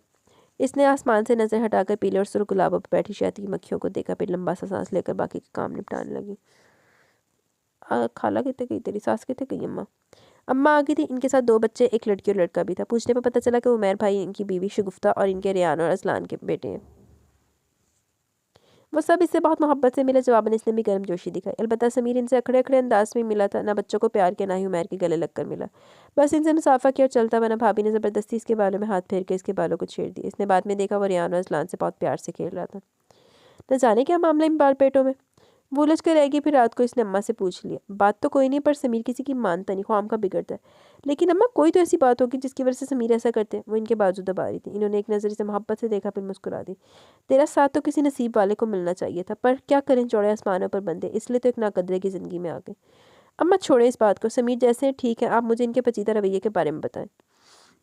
इसने फ़ौरन अम्मा को कुछ और कहने से रोका और मोहब्बत से इनका चेहरा देखने लगी। इससे पहले कोई बात बताती समीर दरवाजे पर दस्तक देकर अंदर चला। अम्मा, ये सब यहाँ क्या लेने आए? इसने खड़े खड़े पूछा। तुम्हें क्या तकलीफ है? ये इसका भी घर है। अम्मा ने फ़ौरन कहा। ये घर ना तो इसका है और ना ही इसके बाप का। ये सिर्फ हमारा घर है, हमारा। ज़ोर ज़ोर से बोला था। अम्मा अफसोस से देखने लगी। न जाने तुम्हारे दिमाग में कौन सा भूसा भरा हुआ। चल इधर, बताओ क्यों गुस्सा आ रहा तुम्हें? अम्मा ने इसे खींच कर अपने करीब बिठा लिया। वो चुपचाप इन दोनों को देख और सुन रही थी। क्या बताऊँ, सिर्फ इतना कहना था कि अगर वो यहाँ ना आया करे, वो यहाँ ना आया करे। ये सिर्फ समीर का घर है। इसे बुरा लगता है इसका यहाँ आना, किसी दिन धक्के देकर निकाल देगा, है ना? इन्होंने तुर्शी से इसकी बात काटी तो इसके लबों पर मुबहम सी मुस्कुराहट रहेंगी। जब सब कुछ जानती तो कुछ कहती क्यों नहीं? क्या कोई माँ अपने बेटे को इस तरह कह सकती है? बेटा इसने नकूद से सर झटका। ईर्षा गौर से इसे देखने लगी। हूँ शू मत करो, अम्मा तड़क कर बोली। अच्छा जी, अगर वो आपका बेटा तो फिर मैं कौन हूँ? अम्मा इसकी बात पे मुंह में कुछ बड़बड़ाई, फिर खामोश होकर इसके चेहरे के बदलते जावे देखने लगी। नफरत है मुझे इन लोगों से, ये हमारा पीछा छोड़ क्यों नहीं देते? कभी एक आ जाता कभी दूसरा, सिर्फ ये दिखाने के लिए हमारी कोई हैसियत ही नहीं है, हम इनके टुकड़ों पर पलने वाले। लेकिन अम्मा आप इन्हें बता दें, समीर वो पहले वाला डरपोक और बुज़दिल नहीं है, अभी मुंह तोड़ जवाब देने वाला बन चुका है। वो एकदम से भड़क उठा। ईर्षा तो इसके गुस्से से पहले खाइफ थी, अब मजीद डर गई। और इनका वो बाप अली मोहम्मद साहब, अपने आप को तमीज़ से नाम लो, वो तुम्हारा भी बाप है। अम्मा ने इसे फिर से टोका तो इसने सर छटक दिया। ईर्षा इसके गुस्से से सुर्ख होते चेहरे को देखेगी तो इसने आंखें बंद कर ली। वो आंखें बंद करके अपना गुस्सा कंट्रोल करने की कोशिश करने लगा। लबों को इसने सख्ती से भेज लिया था। ईर्षा जानती थी वो जल्दी अपना गुस्सा काबू में कर लेगा। फिर ऐसे ही वो लंबी सांस भरकर जब बोला तो सवाए लहजे के इसके चेहरे पे और कहीं भी कड़वाहट का नाम ना था। सिर्फ लहजा था जो सख्त और कड़वा था। जब मैंने इन सबको अपनी ज़िंदगी से निकाल दिया तो इन्हें भी चाहिए कि मुझे मेरी मर्जी से जीने दें, मुझे बार बार तंग ना करें, क्योंकि अब मेरा इनसे कोई वास्ता नहीं। खून के रिश्ते कौन जुटला सकता है बेटा? कोई भाई अपने भाई से, कोई बेटा अपने बाप से इनकारी हो सकता है? नहीं हो सकता तो मुझे इससे क्या? मैं सिर्फ ये जानता हूँ कि ना तो मेरा कोई बाप है ना भाई, मेरी सिर्फ 2 बहनें और 1 माँ, इसके सिवा मैं कुछ नहीं जानता। अगर इन लोगों ने हमारा अब भी पीछा ना छोड़ा तो जानने में कुछ कर गुजरूंगा। वो सख्त मुश्किल हो रहा था। इसे टक्कर लेकर इसे कायल करना आसान ना था। पत्थर और ज़मीन में कोई फ़र्क ना था, उल्टा अपना ही दिमाग खाली होता। ये अम्मा जानती थी इसलिए खामोश होगी। जानती थी वो अब धमकियों पर उतर आएगा, इससे कोई बैद ना था, वो भी जाकर उमर से लड़ पड़ता। पहले कई दफ़ा वो इसे बदतमीज़ी कर चुका था, हालांकि वो इससे बड़ा था। और अब अम्मा मज़ीद बदमज़गी नहीं चाहती थी। चुप करके इसकी धमकियाँ, इसका गुस्सा, इसका इश्तियाल सुनती रही। वो जितना बोलना चाहता था इसे बोलने दिया, खुद खामोशी से सुनती रही। और हैरत से कभी समीर को कभी अम्मा को देख रही थी। बस कर समीर, बस कर, और कितना खून जलाएगा? तू ही है जो दिल में कीना बुग्ज रखे हुए। इन बेचारों ने गंवाया क्या तुम्हारा? वो माँ है तुम्हारी, बाप है तुम्हारा, ना भाई का अदब ना भाईन का लिहाज, अपनी तरफ से ही दुश्मनी मोल ली है। अम्मा बेचारी कैसे से समझाती, इनको तो समझाना भी नहीं आ रहा था, बल्कि पूरी ज़िंदगी वो इसे समझा नहीं सकी थी। नहीं, वो मेरे कुछ लगते, जिन्होंने पूरी ज़िंदगी हमें महरूमियों में रखा, हमें फ़र्क रखा, हमें अपने जैसा ना समझा, वो मेरे कुछ भी नहीं लगते और आपके भी कुछ नहीं है। इसकी ज़ुबान जहर उगल रही थी। अम्मा ने इसके सर पर हाथ रख दिया, फिर वो तासुब से सर हिलाने लगी। न जाने तो किस पे चला गया, वो मुँह ही मुँह में बड़बड़ाई थी। और हाँ अम्मा, इसे कुछ और याद आ गया। इस लैंडलॉर्ड से तेरी इस बहू ने मुझसे इजाज़त लिए बगैर फ़ोन पर बात की थी। खुदा जाने इस वक्त ये मेरे हाथों से कैसे बच गया। अब इसे समझा दें, अगर अब ये मेरी हुक्मदुली करेगी तो इसकी मौत लाजिम है, इसे अच्छी तरह समझा दें। वो इसकी तरफ रुक करके इसे घूरने लगा तो सर झुका गया। अब जाने अम्मा क्या कहेंगी, नेकी गले पड़ गई, वो शर्मिंदा सी होगी। वो उठकर चला गया तो इसे सर न उठाया गया। अम्मा से भी सख्त शर्मिंदा थी। अम्मा, मुझे आसिया आंटी ने कहा तो मैं चली गई, भला मुझे क्या पता कि आप इनसे नाराज़ हैं। इसने खुद ही सफाई पेश करनी चाहिए, जबकि अम्मा इसके और करीब हुई। चल छोड़ इसकी बातों को, ये बताओ इन्होंने क्या कहा? वो तुमसे बात करके खुश थे? इन्होंने समीर का पूछा और क्या कह रहे थे?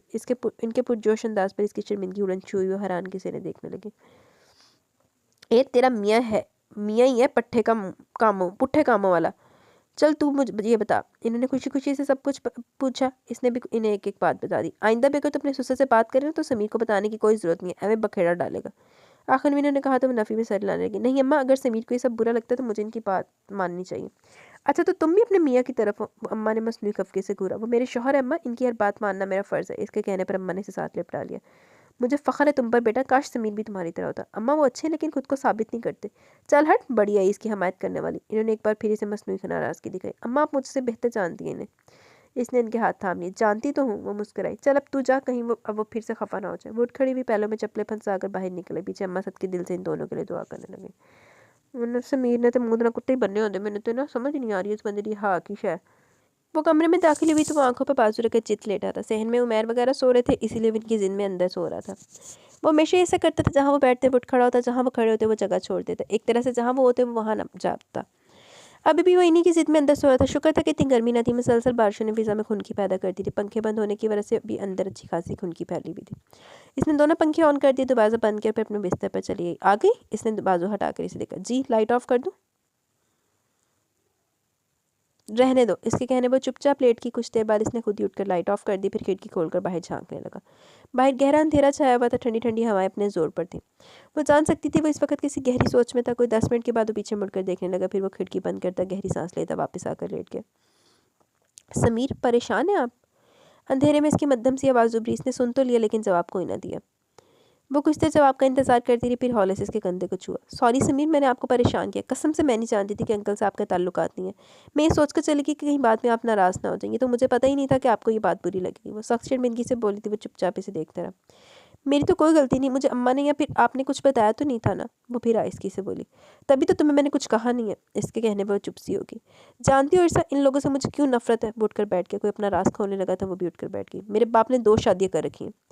इसने अपनी तरफ से कोई धमाका किया था, लेकिन ईर्षा इन दोनों माँ बेटे की बातों से ये राज पहले ही जान चुकी थी, इसलिए वो इतनी हैरान ना हुई। ज़ेबुन्निसा मेरे बाप की पहली बीवी है, नहायत झगड़ालू किस्म की औरत है। मेरी माँ से अब्बू ने मोहब्बत की शादी की थी। अब्बू के पहले भी 2 बच्चे थे। वो मेरी अम्मा को इसी घर ले गए जहाँ पहले इनकी एक बीवी थी। वो हौले हौले बोल रहा था। वो हर वक्त अम्मा से लड़ती झगड़ती रहती थी, अम्मा को ताने तशने देती थी। फिर अम्मा की भी 3 औलादें हो गई। इसकी आवाज़ इतनी मध्यम थी कि वो बमुश्किल सुन रही थी। सानिया, सना और मैं। मेरे आने से बड़ी अम्मा को बहुत दुख हुआ। वो कुछ दिन बीमार पड़ गई। मेरी अम्मा को इस नाजुक हालत में मजबूरन घर का सारा काम करना पड़ता था और वो मज़े से सारा दिन सोती रहती। अम्मा मुझ पर इतनी तवज्जो न देती थी, इसलिए मैं बीमार पड़ गया। बड़ी अम्मा को दिखाने की खातिर मुझे अपने पास सुला लेती। मैं सारा सारा दिन रोता रहता, लेकिन बड़ी अम्मा को मुझ पर तरस ना आता। वो मेरी माँ को अपने पास से ज़रा देर को भी न आने देती। मेरे ख्याल में तो मुझे रुलाती भी वही थी। इन्हें मज़ा आता होगा ना मेरे रोने से, आखिर सौकन की औलाद बल्कि बेटा था। हसद और जलन तो इन्हें थी ना। ईर्षा को इसकी इस दुखी बात से हंसी तो बहुत आई, लेकिन वो ज़ब्त कर गई। क्या पता वो सच ही ना कह रहा, और वो फिर से इसके पथरीले चेहरे को देखने लगी। उमैर भाई मुझसे सिर्फ 6 साल बड़े थे, लेकिन घर में हर बात इन्हीं की मानी जाती। वो जो वो कहते वही होता, जो मैं कहता फट से इनकार कर दिया जाता। अब की बार इसका लहजा बहुत सख्त और कड़वा सही, मगर टूटा फूटा ज़रूर था। रोज़ खाना इनकी पसंद का बनता, तमाम कपड़े इनकी पसंद के बनते। जिस खिलौने की तरफ इशारा करते वो इनका हो जाता। अक्सर इनकी नज़र मेरे खिलौनों पर ही ठहरती थी, और फिर मेरी माँ अम्मा अब्बा के डर से मुझसे वो खिलौने छीन कर इन्हें दे देती। जिस स्कूल में इनका जी चाहता वहाँ इन्हें दाखिल करा दिया जाता। मैं अपनी मनपसंद चीज़ों को तरसता रह जाता और वो मुझसे पहले ले लेते। जिस स्कूल में मैं पढ़ना चाहता था वो ज़िद करके वहाँ से मेरा दाखिला रुकवा देते। मुझे अपने साथ घसीटते रहते। रोज़ाना घर आकर अब्बू से मेरी झूठी शिकायतें करते। वो फिर अब्बू को बड़ी अम्मा भी खूब पढ़ाती थी। वह हर रोज़ अपने जूते से मेरी मरम्मत करते। मैं चीखता चिल्लाता तो अम्मा मुझे छुड़ाने को आगे बढ़ाती, साथ अब्बू इन्हें भी धर लेते। फिर मुझे कम और अम्मा को ज़्यादा मारते। एकदम से इसका लहजा रिंग गया। तुम नहीं जानती ईर्षा, इन सब ने हम पर कितना जुल्म किया। हानिया बाजी थोड़ी बहुत अच्छी थी, अब्बू से मुझे छुड़ा लेती, लेकिन बड़ी अम्मा और उमैर भाई बहुत बुरे थे। जब अब्बू मुझे मारते तो वो खुश होते, मुझ पर हंसते थे, और उमैर भाई तो बाकायदा मेरे साथ रोकर मेरी नकलें उतारते थे। मुझे इन पर बहुत गुस्सा आता था। मैं सवाई गालियों के लिए कुछ नहीं कह सकता था। मैं इन्हें खूब बुरा भला कहता, अम्मा को रोते हुए चुप कराता था। सानी सना न जाने मुझे बड़ी अम्मा के डर से कहाँ छुपी होती थी। बाद में जब मैं स्कूल से उमैर भाई की शिकायतें लेकर आता तो अब्बू इन्हें मारने की बजाय उल्टा मुझ पर चढ़ दौड़ते कि मैं झूठ बोलता हूँ, इनके बारे में कहानियाँ करता हूँ। मुझे पता था वो मुझसे मोहब्बत नहीं करते। बहुत दुख से कह रहा था। इसकी आवाज़ में नमी सी घुल गई। वो थोड़ी सी देर के लिए रुका तो ईर्षा को लगा बहुत टूटा बिखरा शख्स है। बिल्कुल इसी की तरह इसने अपनी ज़िंदगी में हरूमियों में गंवाई है। बिल्कुल इसी की तरह वो हमेशा टूटता रहा। यानी फ़र्क तो दोनों में ही ना था। दोनों बड़े टूटते रहते थे, बिखरते रहे थे। अगर इसने बड़ी अम्मा की जातियाँ सही थी तो इसने चच्ची से यही सब कुछ पाया था। अगर अब्बू इसे बुरा भला कहते तो इसके चचा का सलूक इसके साथ यही था। जो रवैया उमैर और हानिया के इसके साथ था, वैसे रवैया चचा की औलाद का वो सहती रही थी। दोनों ने बहुत मुश्किलों में अपनी ज़िंदगी गुजारी थी। दोनों ने बहुत सख्तियाँ झेली थी, बहुत ज़्यादतियाँ सही थी, बहुत जुल्म हुआ था दोनों पर। बेदर्दी, नाइंसाफ़ी, सफ़ाकी, जुल्म सब कुछ था इनके साथ। सब कुछ हुआ था इनके साथ। दोनों में फ़र्क तो कोई ना था। फिर मुझे भी सबसे नफ़रत होती चली गई। अब्बू, उमैर, बड़ी अम्मा और हानिया बाजी, सबसे मैं नफ़रत करने लगा। मैं और उमैर भाई दोनों एक ही कॉलेज में पढ़ते थे। वो मुझसे सीनियर थे। कॉलेज में एक लड़की से इन्हें मोहब्बत होगी। वो लड़की किसी बात पर इनसे नाराज़ होगी। इसका रवैया बहुत ख़राब था। इससे ज़्यादा इसकी बातें वो उमैर से मेरी बुराइयाँ करी थी। मैंने सुना तो गुस्से से बफर गया। इसके साथ इसका कज़न भी था। मैंने देखा भाई बार बार इसे सॉरी करे, मुझसे इनकी हालत देखी ना गई, तो मैं लड़की के कज़न पर झपट पड़ा। अब की बार इसकी आंखों में जो चमक उभरी थी वो ईर्षा से छुपी न रह सकी, और फिर मैंने इसका सर फाड़ दिया। सर फाड़ दिया? इसका मुंह खुले का खुला रह गया। हाँ, लेकिन फिर वो एक बार फिर अफसुर्दा हो गया। भाई ने घर आकर मुझे खुद भी मारा और अब्बू से भी पिटाई कराई। इसने लंबी सी सांस ली और थोड़ी देर के लिए चुप हो गया। पानी है? जी। वो जल्दी साइड टेबल पर हाथ मार कर ग्लास उठाने लगी कि ग्लास नीचे गिर कर किचरी किचरी हो गया। वो हंस दिया। अब अगर ये आवाज़ बाहर गई तो भाई समझे कि मैं इनका गुस्सा ग्लासों पर निकाल रहा हूँ। इसने उठकर लाइट ऑन किया और दूसरा ग्लास तलाश करके पानी पीने लगा। वो चुपचाप इसे देखे गई। इसने पानी का ग्लास भरकर इसको भी पकड़ा दिया। फिर पता क्या हुआ, इन्होंने इस लड़की से शादी की हामी भर ली। अब की बार मैंने इस शादी के खिलाफ खूब शोर किया, क्योंकि वो लड़की मुझसे 2-3 बार बदतमीजी कर चुकी थी। मैं इस कॉलेज से ही निकल गया, शादी की तारीख रख दी गई, और मैंने तब फैसला किया कि इस घर में हम नहीं रह सकते। वहाँ हमारे लिए बिल्कुल भी जगह न थी, ना तो घर में और ना ही अब्बू के दिल में। अब्बू और उमैर भाई से मेरी बात ना होने के बराबर रहेगी। फिर मैंने लड़ झगड़ कर ये घर ले लिया। हम यहाँ तो चले, लेकिन इन लोगों ने हमारा पीछा न छोड़ा। वो फिर से लाइट ऑफ करके अपनी जगह पर बैठ चुका था। अम्मा और बहनें न जाने किस मिट्टी की बनी हुई इन्हें देखकर यूँ घुल जाती हैं जैसे वो इनके बहुत सगे हों। खैर, मैंने इनको इनसे ताल्लुकात रखने से नहीं रोका, लेकिन मैंने खुद इनसे हर ताल्लुक, हर रिश्ता तोड़ लिया। मैं ना उमैर भाई की शादी पर गया तो ना ही हानिया भाजी की रुखसती पर। वो अपने सर के नीचे दायां हाथ रखकर सीधा लेट गया। वो इसी तरह बैठी हुई थी, इसे देखती रही, फिर एकदम से होले से बोली, नफ़रतों से कुछ हासिल नहीं होता समीर। शदीद नफ़रतें बंदे को चाट लेती हैं, दिल में कदूरते हैं, सोचों में इख्तलाफात आ जाए तो बंदा अंदर ही अंदर ख़त्म हो जाता है। तन और मन इसी वक्त छल नहीं होता है जब मोहब्बतों की जगह नफ़रतों को हासिल हो जाती है। जब कुर्बतों की बजाय कदूरते दिल में समा जाए ना, तो अपनी जान का दुश्मन बनने में 2 पल भी नहीं लगते। सारा घाटा अपना ही होता है, दूसरे का कुछ नहीं बिगड़ता। नफ़रत, शदीद तरीन नफ़रत, ये तीनों मुकाम ही सख्त से सख्त होते हैं। इन मुकामात तक पहुँचने वाला बंदा किसी का नहीं, अपना जानी दुश्मन होता है। बहुत हल्की आवाज़ में इससे मुखातिब थी। नफ़रत बंदे को पहले सिर्फ गिरफ्त में रखती है, शदीद नफ़रत अंदर ही अंदर जकड़ लेती है और समझ नहीं आने देती। और शदीद तरीन नफ़रत ना सिर्फ गिरफ्त मजबूत करके अंदर को जकड़ती है, बल्कि अपने तमाम पंजों को अंदर तक गाड़ कर पूरे वजूद को काबू में कर लेती है। और जब पूरा वजूद ही नफ़रतों की जद में हो तो फिर जीने का कोई जवाज़ ही नहीं है होता। जब मोहब्बत का कोई हल्का सा झोंका भी अंदर न जा सके तो वजूद में गड़े पंजे पूरे वजूद को चीर फाड़ कर रख देते हैं। फिर खून ही खून होता है, मोहब्बतों का खून, नफ़रतों का खून। तभी तो कहते हैं कि एक पल की भी मोहब्बत भी मुर्दा दिल को जगाने का सबब बन सकती है। इसलिए इंसान को चाहिए वो इस एक पल की आस ज़रूर रखे। क्या पता मुर्दा को इसी एक पल का इंतज़ार हो। लेकिन मेरा दिल मुर्दा नहीं है, वो जल्दी से बोला। मुझे इन सबसे सिर्फ नफ़रत थी, वो भी शायद मैं इनसे नफ़रत करने के लिए दिल को खुद आमादा करता था। वरना मेरे दिल ने इस ऊपरी नफ़रत को हमेशा झुठलाया था। मैं जितना चाहता कि इसने नफ़रत शदीद हो, मेरा दिल इतना ही बगावत करता। तभी तो वो नफ़रत शदीद और शदीद तरीन नफ़रत में नहीं बदली। लेकिन मैं ये चाहता ज़रूर हूँ कि मेरा दिल, मेरा वजूद सब इन लोगों से नफ़रत करे। लेकिन वो हल्का सा आंसर। अम्मा सही कहती हैं, अपनों से जितनी नफ़रत करो वो असल नफ़रत नहीं होती। ज़ाहिरी नफ़रत बस एक रूप होती है। तो क्या आप मेरे लिए बात गलत है और सरासर गलत है। मेरे दिल को चाहे ना सही, लेकिन मुझे अपने बाप और इनके अहले खाना की कोई चाह नहीं। बहरहाल जो भी है जाने तो तुम्हें वार्न कर रहा हूँ, इनके नाज नखरे उठाने की कोई ज़रूरत नहीं है। शापर हिलन की भी ज़रूरत नहीं है। ये मैंने आपको नहीं कहा शापर इसने नहीं कहा, हीरो ने। किधर गया? ये लोग सिर्फ मतलबी हैं, मतलब निकालने में खूब आता है। इनके नाज नखरे उठाने की कोई ज़रूरत नहीं है, ये लोग सिर्फ मतलबी हैं, मतलब निकालने में खूब आता है। तुम इनसे ज़रा दूर ही रहना। इसने साफ लफ्ज़ों में से तनबीह की थी। वो क्या जवाब देती? सिर्फ जी कहा और दराज होगी। कुछ देर बाद इसे अपने ऊपर समीर का बाजू नजर आया। वो इसके गिर्द अपनी गिरफ्त मजबूत कर रहा था। ना कोई मीठी सरगोशी, ना खूबसूरत लहजा, ना कोई शौक जुमला, ना कोई प्यारा लफ्ज़, सिर्फ हक व फ़र्ज़, ज़रूरत और बस। मतलब ये मतलब परस्त लोग कैसे होते हैं समीर, तुम क्या जानो? तुम तो खुद ही इस लिस्ट का अहम हिस्सा हो। इसने अपना चेहरा इसके चौड़े सीने में दबाया, मोहब्बत से नहीं खौफ से, क्योंकि वो इसके वहशियाना सलूक से वाकिफ़ थी। उमर भाई 2 दिन रहने के बाद वापस चले गए। सानी की प्रेगनेंसी करीब थी। इसकी सास ने रोज़ बीमार रहती थी, इसलिए आसिम सानी के शौहर ने फ़ोन करके अम्मा को कुछ दिनों के लिए बुला लिया और अम्मा ने हमेशा की तरह दोनों की खूब ताकीद की थी। वो एक बार फिर जॉब की तलाश में मसरूफ़ हो गया, लेकिन जिधर भी जाता घर आकर अपना सारा गुस्सा इस पर निकाल देता। वो कुछ देर रोती, कहीं मुँह छुपाकर बैठ जाती। इसे कहना क्या था, बस इसकी ज़्यादती पर मुँह सील लेती। अब तो वो जैसे घर में कदम रखता है वो इधर उधर हो जाती। छोटी से छोटी बात पर भी यूँ मुश्तिल होकर इस पर गरजता, जैसे वो इसे लाए सिर्फ इसी काम के लिए। बाद में अपनी गलती ढूंढती रह जाती, लेकिन कोई गलती होती तो इसे नज़र आती ना। बड़ी तगदो के बाद एक जॉब इससे मिल गई, लेकिन इसका गुस्सा हर वक्त नाक पर ही धरा रहता। बड़े को लानती किस्म का बंदा भी। अब भी अपने कमरे में ना जाने क्या ढूंढ रहा था, अंदर से चीज़ें पटकने की आवाज़ आ रही थी। वो किचन में सहमी बैठी थी, अंदर जाने की इसमें जुर्रत ही ना पैदा हो सकी। इर्सा, इर्सा। थोड़ी देर बाद इसकी धाड़ती हुई आवाज़ इसकी समातों से टकराई थी। इसका दिल ज़ोर ज़ोर से धड़क उठा। इसको लगा इसकी तमाम तर हिम्मत जवाब देगी। एक बार वो फिर चिल्लाया था। इसने उठने की कोशिश की, लेकिन नाकाम होगी। पैरों में जान ही ना रही थी। इर्सा! वो पूरी कुव्वत से चिल्लाया था। वो तमाम हिम्मत मजतमा करके उठी। अभी दरवाजे तक ही पहुंची थी कि वो फूं फां करता बाहर निकला। सुर्ख निगाहों से उसे घूरा और फिर इसकी नाजुक कलाई को अपनी आहनी उंगली में जकड़ लिया। वो लड़खड़ाई भी संभल भी ना पाई थी कि इसने धक्का देकर अंदर घसीट लिया। सामने मेज़ रखी थी, इसके पैर बहुत ज़ोर से मेज़ से टकराए। वो तकलीफ से दूरी हो गई। अन्ना ना अन्ना, लानती जाना हो बेटे, बताओ मैं किस ज़ुबान में तुम्हें आवाज़ दिया करूं? बताओ मुझे। वो चीखा था। झटके से पकड़ कर सीधा किया। ये क्या हो गया? वो इसका मुड़ा हुआ पैर देखकर सिर्फ एक पल के लिए खामोश हुआ था, फिर इसका बाजू छोड़कर फिर से कुछ तलाश करने लगा। इसने इतने ज़ोर से अलमारी का पट बंद किया वो फिर से काम करेगी। लानती डंगर, इदा दे जानवरां नूं ना बंदा पागलखाने जाकर छड़ दवे, इत्थे पागल बड़ा मारदे रहो। यूँ बहाने करके कब तक बैठी रहोगी? उठो, कोई चीज़ लगा लो, कहीं सूझ ना जाए। वो अपनी मतलूबा चीज़ लेकर बाहर निकलते हुए धाड़ा था। इसके बाहर निकलते फूट फूट कर रो दी। इसे चोट का दर्द न था, बल्कि दर्द तो अपने काले नसीब का था। इस नसीब का दर्द जिस दर्द से वो हमेशा बचने की दुआएं करती थी, जिस दर्द को हमेशा उसने झुठलाया था, जिस दर्द से वो दूर भागना चाहती थी मगर भाग ना पाई। अगर ये मेरी ज़िंदगी है तो इससे पहले क्या थी? इस ज़िंदगी में उस ज़िंदगी में फ़र्क क्या है? पहले की ज़िंदगी में अज़ाब मेरी ज़िंदगी का हिस्सा थे, लेकिन अब वो अज़ाब मेरी ज़िंदगी का बाकायदा हिस्सा बनाए जा रहे हैं। पहले कुछ आस उम्मीदें तो थी, लेकिन अब वो भी ख़त्म हो गई। शायद ज़िंदगी को सिर्फ मेरे इम्तिहान दरकार है। अब मैं इन इम्तिहानों में कहाँ तक चलूँ? ना ज़िंदगी को मुझ पर तरस आता है, ना किस्मत को रहम। जिसको मुझ पर रहम तरस आया था, इसने मुझे ज़रूरत बना लिया। हाँ, मेरा वजूद ज़रूरत ही तो है। जो चाहता है मुझे अपनी जब चाहता है मुझे अपनी ज़रूरत के मुताबिक इस्तेमाल करता है। हर एक के लिए मैं ज़रूरत ही तो हूँ। वो और दुखी दिल से सोचते हुए घुटनों में चेहरा छुपाकर एक बार फिर रो पड़ी। सानिया के घर बेटी हुई थी, अभी तक वो हॉस्पिटल में थी। अम्मा को भी कुछ दिन वहीं रहना था, ये सब इसे समेट नहीं बताया। इसने भी हॉस्पिटल जाना चाहा लेकिन इससे कह ना पाई। वो भी बेइसी की इंतहा पर था, ना इसे लेकर गया और ना ही इसे ले जाने के लिए कहा।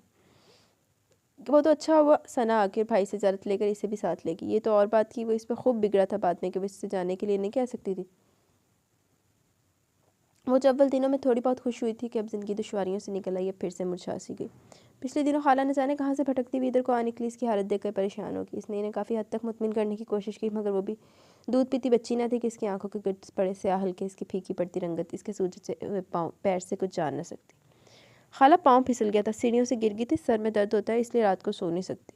इस तरह के न जाने कितने इसने बहाने बनाकर इन्हें मुतमिन करना चाहा, पता नहीं मुतमिन हुई थी या नहीं। घर के काम ही कितने थे, वो सुबह सुबह फारिग हो जाती। अगर समीर घर होता तो सारा दिन इसे दौड़ने भागने में लगता, अगर ना होता तो वो हर काम मिनटों में कर लेती। अब भी सारे कामों से फारिग होकर फिर नमाज़ पढ़ने की तैयारी करने लगी। वो असर की नमाज़ पढ़कर फारिग हुई तो पौधों को पानी देने लगी। पानी देने के बाद बेमकसदी सहन में टहलने लगी। फिर चाय का मूड ना होते हुए भी इसने चाय बना ली, लेकिन बाद में पीने को जी ना चाहा। जी भारी हो रहा था, इससे कुछ दिनों से कुछ अजीब अजीब सा लग रहा था, लेकिन इसने इतना गौर ना किया। अब उबकाई सी आई तो उबकाई पर उबकाई करती चली गई। आंखों से टप टप पानी गिरने लगा, आंखें बेतहाशा सुर्ख हो चुकी थी। वो मुंह साफ करके थक कर बैठ सी गई। दिल अब भी बहुत ख़राब हो रहा था। इसने दोनों हाथों से बाल पीछे की आंखों को साफ किया, बरामदे में आकर लंबी लंबी सांसें लेने लगी। बाहर की ठंडी हवा अंदर गई तो इसकी हालत थोड़ी सी संभल गई। सुबह डॉक्टर को दिखा लेता देना, मुझे तो लग रहा है तुम्हें सख्त बुखार है। रात को इसकी गिरी गिरी हालत देखकर इसने इसे मुफ्त मशवरे से नवाजा। वो बिना जवाब दिए इसके लिए चाय बनानी चलेगी। जब वापस आई तो अभी तक खाना खा रहा था। तुम खाना खा चुकी हो? भूख नहीं है। वो मुख्तसर जवाब देती चाय पलट पर रख मेज़ पर रख कर पलटने लगी कि फ़ौरन इसने इसका हाथ पकड़ लिया। इसका हाथ पकड़ते इसे जैसे करंट सा लगा। तुम्हें बहुत सख्त बुखार है, कोई टैबलेट वगैरह ली? जी। झूठ मत बोलो, अगर ली होती तो इतना सख्त बुखार ना होता। जवाबन इसे कुछ कहना बहुत मुश्किल लगा, सो वो खामोशी रही। चलो शाबाश, तुम लेटो, मैं तुम्हें टैबलेट देता हूँ। वो खाना छोड़कर उठ खड़ा हुआ। इसे भी सिर्फ बिस्तर की ज़रूरत थी। थकी थकी सी लेट की। कुछ देर बाद ट्रे में खाना रखे आया था। पहले कुछ खा लो। इसने इनकार करना चाहा, फिर इसका इसरार देखकर इसने 2-3 नवाले ले ही लिए। वो इसके लिए दूध गर्म करके ले आए, फिर इसे अपने हाथों से दवा खिलाने लगा। या अल्लाह, कैसा शख्स है ये, मारता भी है तो नरमी के साथ। वो सोचती रह गई थी जबकि वो अपनी ठंडी चाय वापस रखा। इसने वापस आकर इस पर चादर डाल दी। तो क्या इसे मेरा ख्याल है? इस ख्याल ने इसे अंदर ही अंदर खुश सा कर दिया। वो अपना तपता हुआ जिस्म भूलकर खुशफहमी में गिर गई। हो सकता है वो भी मुझसे मोहब्बत करने लगा। इस एहसास से इसका दिल ज़ोर ज़ोर से धड़कने लगा। बिल्कुल अव्वल रोज़ की तरह वो अपनी नज़रों में मौत पर सी हो गई। चाहे जाने का एहसास कितना खूबसूरत होता है, वो अब समझ रही थी। वो अपने आप को हवा में उड़ता हुआ महसूस कर रही थी। इसे लग रहा था कि वो दुनिया की पहली लड़की है जिसे कोई चाहने लगा। इसके दिल में गहरा सुकून उतरने लगा। इसे दरवाज़ा बंद होने की आवाज़ से फिर इसे महसूस हो वो इसके करीब बैठ चुका। फिर इसका दिल धड़कना भूल गया जब इसने अपनी पेशानी पर इसका भारी और मजबूत हाथ महसूस किया। वो हौले हौले इसकी पेशानी दबाने लगा था और वह मोहब्बत की परवाज़ में न जाने कितनी बुलंदियाँ छू आई थी। वो ये पल तवील हो जाने की दुआ दिल ही दिल में मांगने लगी। वो ये पल, ये घड़ियाँ, ये सातें यहीं रोक लेना चाहती थी। अगर इससे कोई इस पल पूछ लेता कि इसे 20 सालों में कब जीना है, इसे कब लगा कि वो जिंदा, तो वो फ़ौरन से पेशतर इन लम्हों का नाम लेती। इसे हकीकी मानों में ज़िंदगी अभी ज़िंदगी लगी थी। इसे लग रहा था वो आज इतनी खुश है कि 20 साल में कभी से इतनी खुशी ना मिली थी, और आज से पहले इतनी खुश कभी ना हुई थी। इसका दिल, इसके आंखें, इसके लब, इसका अंग अंग, इसके जिस्म का हर उज़ू और इसके वजूद का हर हिस्सा खुशी में मस्त हंस रहा था, मुस्कुरा रहा था, अपने आप को मौत पर समझ रहा था। 20 सालों में आज पहली बार किसी को इसका ख्याल आया था। किसी ने इसके साथ मोहब्बत भरा रवैया रवा रखा था। आज पहली बार कोई इसका मोहब्बत से ख्याल रख रहा था। वो हौले हौले 20 की पेशानी को दबाता इसके दिल के तारों को छेड़ रहा था, और वो आंखें मूंदे इसकी मोहब्बत को महसूस कर रही थी। इरशाद, जानती हो, मुझे गरीब लोगों से ज़्यादा बीमार लोगों से हमदर्दी है। बीमार लोगों पर मुझे बहुत रहम आता है। वो कितने बेबस होते हैं। इस वक्त के वो हवाओं में उड़ती एकदम धड़ाम से नीचे गिरी थी। वो जो मोहब्बत की बुलंदी तक पहुंच आई थी, एकदम से पीछे पलटी और मुंह के बल नीचे गिरी। इसके जिस्म का हर हिस्सा जो पहले मोहब्बत की मस्त और मीठी लय पर हौले हौले धड़क रहा था, अब यकलख्त रुक सा गया। इसका दिल, इसकी आंखें, इसकी धड़कनें बेयकीनी की कैफियत में अपनी शिकस्त और रेख्त को देखने लगी। इसकी धड़कनें एकदम से रुक सी गई। क्या हुआ? वो बात करते करते चौंका था। वो बिना कुछ कहे चंद लम्हे से शिकस्तगी के आलम में देखती रही। एक आंसू खामोशी से पलकों की बाट तोड़कर गालों पर लुढ़क गया। फिर सिसकियों को रोकना इसके लिए मुहाल हो गया। इसने अपना दाएं हाथ मजबूती से मुंह पर जमाकर करवट बदल कर तकिए में चेहरा दबा लिया। इसका हचकोले खाता जिसम वो कुछ देर तक देखता रह गया। फिर वो उठा और दरवाज़ा खोलकर बाहर निकल गया। जो खुशी से अब मिली थी, इसका मुकाबला किसी के साथ ना था। डॉक्टर रज़िया इकबाल ने बहुत अनोखी बात इसे बता दी। इसके कदम ज़मीन पर ही टिक रहे थे। वो तितली बनी सुबह से पूरे जहन में घूम फिर रही थी। इसे अपने कानों पर यकीन ही ना आ रहा था, लेकिन जब यकीन आया तो ये यकीन हर यकीन पर भारी था। मन लगता काकान वाला हो गया था। दरवाजे पर किसी ने दस्तक दी, वो समझी समीर होगा, फ़ौरन लपक कर दरवाज़ा खोला। दरवाज़ा खोलते हुए साख्त हो गई। दरवाज़ा खोलने पर इसे जैसे सख्ता सा हो गया था। आप? इसके मुंह से बेख्तियार निकला। क्यों, मैं नहीं हो सकता? वो ज़रा सा मुस्कुराया था। अंदर नहीं बुलाओगी? लेकिन उमर, आप आए कब? क्या वापस चला जाऊँ? वो जाने के लिए मुड़ने लगा। उमर, मेरा ये मतलब तो नहीं था। आप आए अंदर। इसने से अंदर आने का रास्ता दिया। वो अंदर चला, फिर दाएं बाएं नजरें घुमाकर घर का जायजा लेने लगा। और कोई नहीं घर में? नहीं, आप अंदर आए ना। वो इसे लेकर छोटे से ड्राइंग रूम में चली गई। अब आप बताएं, मेरी याद कैसे आ गई आपको? वो इसके सामने हमेशा से चहकती थी। अब भी इसे बहुत खुशी हो रही थी इसके आने की। अरे याद कैसे ना आती, तुम ही तो असल याद हो। अच्छा जी, महीना हो गया होगा आपको आए हुए और मुझसे मिलने अब आ रहे हैं, इसने शौकी से कहा। नाले को खाला दी कुछ खाला या कोई होर किसी भैन नूं लै आंदा हुण भावें मेरा बंदा शक करके बही हुए। अरे अरे, झगड़ा मत शुरू करो। कल शाम को पहुंचा और तुमसे मिलने अभी आया। इसने अपनी आदत के मुताबिक इसके सामने कानों को हाथ लगाया तो हंसी का फवारा इसके मुंह से छूट गया। वल्लाह, आप अभी तक इस आदत को भूले नहीं। तुमको भूला जो ये आदत भूल जाता। इसने बर्जस्ता जवाब दिया तो एक लम्हे के लिए दोनों चुप रह गए। इसने बेसाख्ता निगाहें चुराई, जबकि इसकी आंखों में हसरत ने सर उठाकर इसका बगौर देखा था। पल भर के लिए आंखों में मिर्चें सी लगती महसूस हुई। फिर वो आंखों को साफ करता इस पर से नजर हटा गया। मियाँ मियाँ कैसे तुम्हारा? इसने अपने दरमियान बढ़ती खामोशी को किसी हीले और कड़वे सवाल से तोड़ा। बहुत खूबसूरत। वो संभल चुकी थी। मैंने इसकी खूबसूरती का नहीं पूछा। वो धीमा सा मुस्कुराया। बहुत अच्छे हैं, अभी दफ्तर से लौटने वाले, आप इनसे मिलकर जाइएगा। नहीं, मेरे पास तो इतना वक्त नहीं है, मैं फिर कभी आऊँगा। माँ बता रही तुम्हारी 2 अदद सास भी हैं, वो कहीं नज़र नहीं आ रही, किधर है? वो इन्हें तफसील बताने लगी। फिर जल्दी वो चाय के साथ ढेरों चीज़ें भी ले आई। आपने शादी कर ली? इसने अचानक इससे पूछा तो इसने इस पर नजरें टिका दी। तुम्हें क्या लगता है? अंदर की उठती टीस को इसने अंदर ही दबाया। अब भला मुझे क्या पता, आप दूर परदेश तो गए हुए थे, लेकिन तुमसे दूर तो ना था। इसे तेज धार ने जैसे काटा था। वो चुप रहेगी। बाहर खुटका सवार उठकर बाहर देखना चाहती थी, लेकिन इसकी अगली बातें से रोक दिया। मैंने तो कुछ और ही सोचा था, लेकिन किस्मत। वो चुप सी होगी। जैसा भी हो, सबके साथ बेहतर होता है। किस्मत को भला दोष देने से क्या हासिल? मिलना तो वही है जो हमारे लिए बेहतर है। इसने नहायत मसालेहाना बात की। वो हंस दिया तन से। शायद ये मेरी बेहतरी मेरे लिए रखी गई है। इसने जैसे अपने आप पर तंज किया। वो अफसोस से देखने लगी। आपने तो कभी भी ऐसी बातें नहीं की थी। वक्त सिखा देता है, जख्म भी तो यही देता है। खैर, मरहम भी तो यही रखता है, और ज़ख्म फिर भी मंदमिल नहीं होता। इसने दुख से कहा। बंदा खुद चाहे तो ज़ख्म को मंदमिल कर सकता है। हाँ, ये तो मैं जानता हूँ, एक बड़ी मिसाल तो मेरे सामने। इसने बड़े आम से लहजे में कहा था, लेकिन इसका लहजा ईर्षा को बड़ा मानी केस लगा। हाँ, आप ठीक कहते हैं। गालबन मैंने शादी के बारे में पूछा था, फिर पिछली बात भी आई, और गालबन मैंने भी कोई बात कही है। इसने भी इसी लहजे में कहा तो इसे घूरने लगी। अब भला मुझे क्या पता, मैं थोड़ी आपके साथ थी। हमें लग रहा है जरा बाहर खटका आया सी ना, तो बंदा आया सी।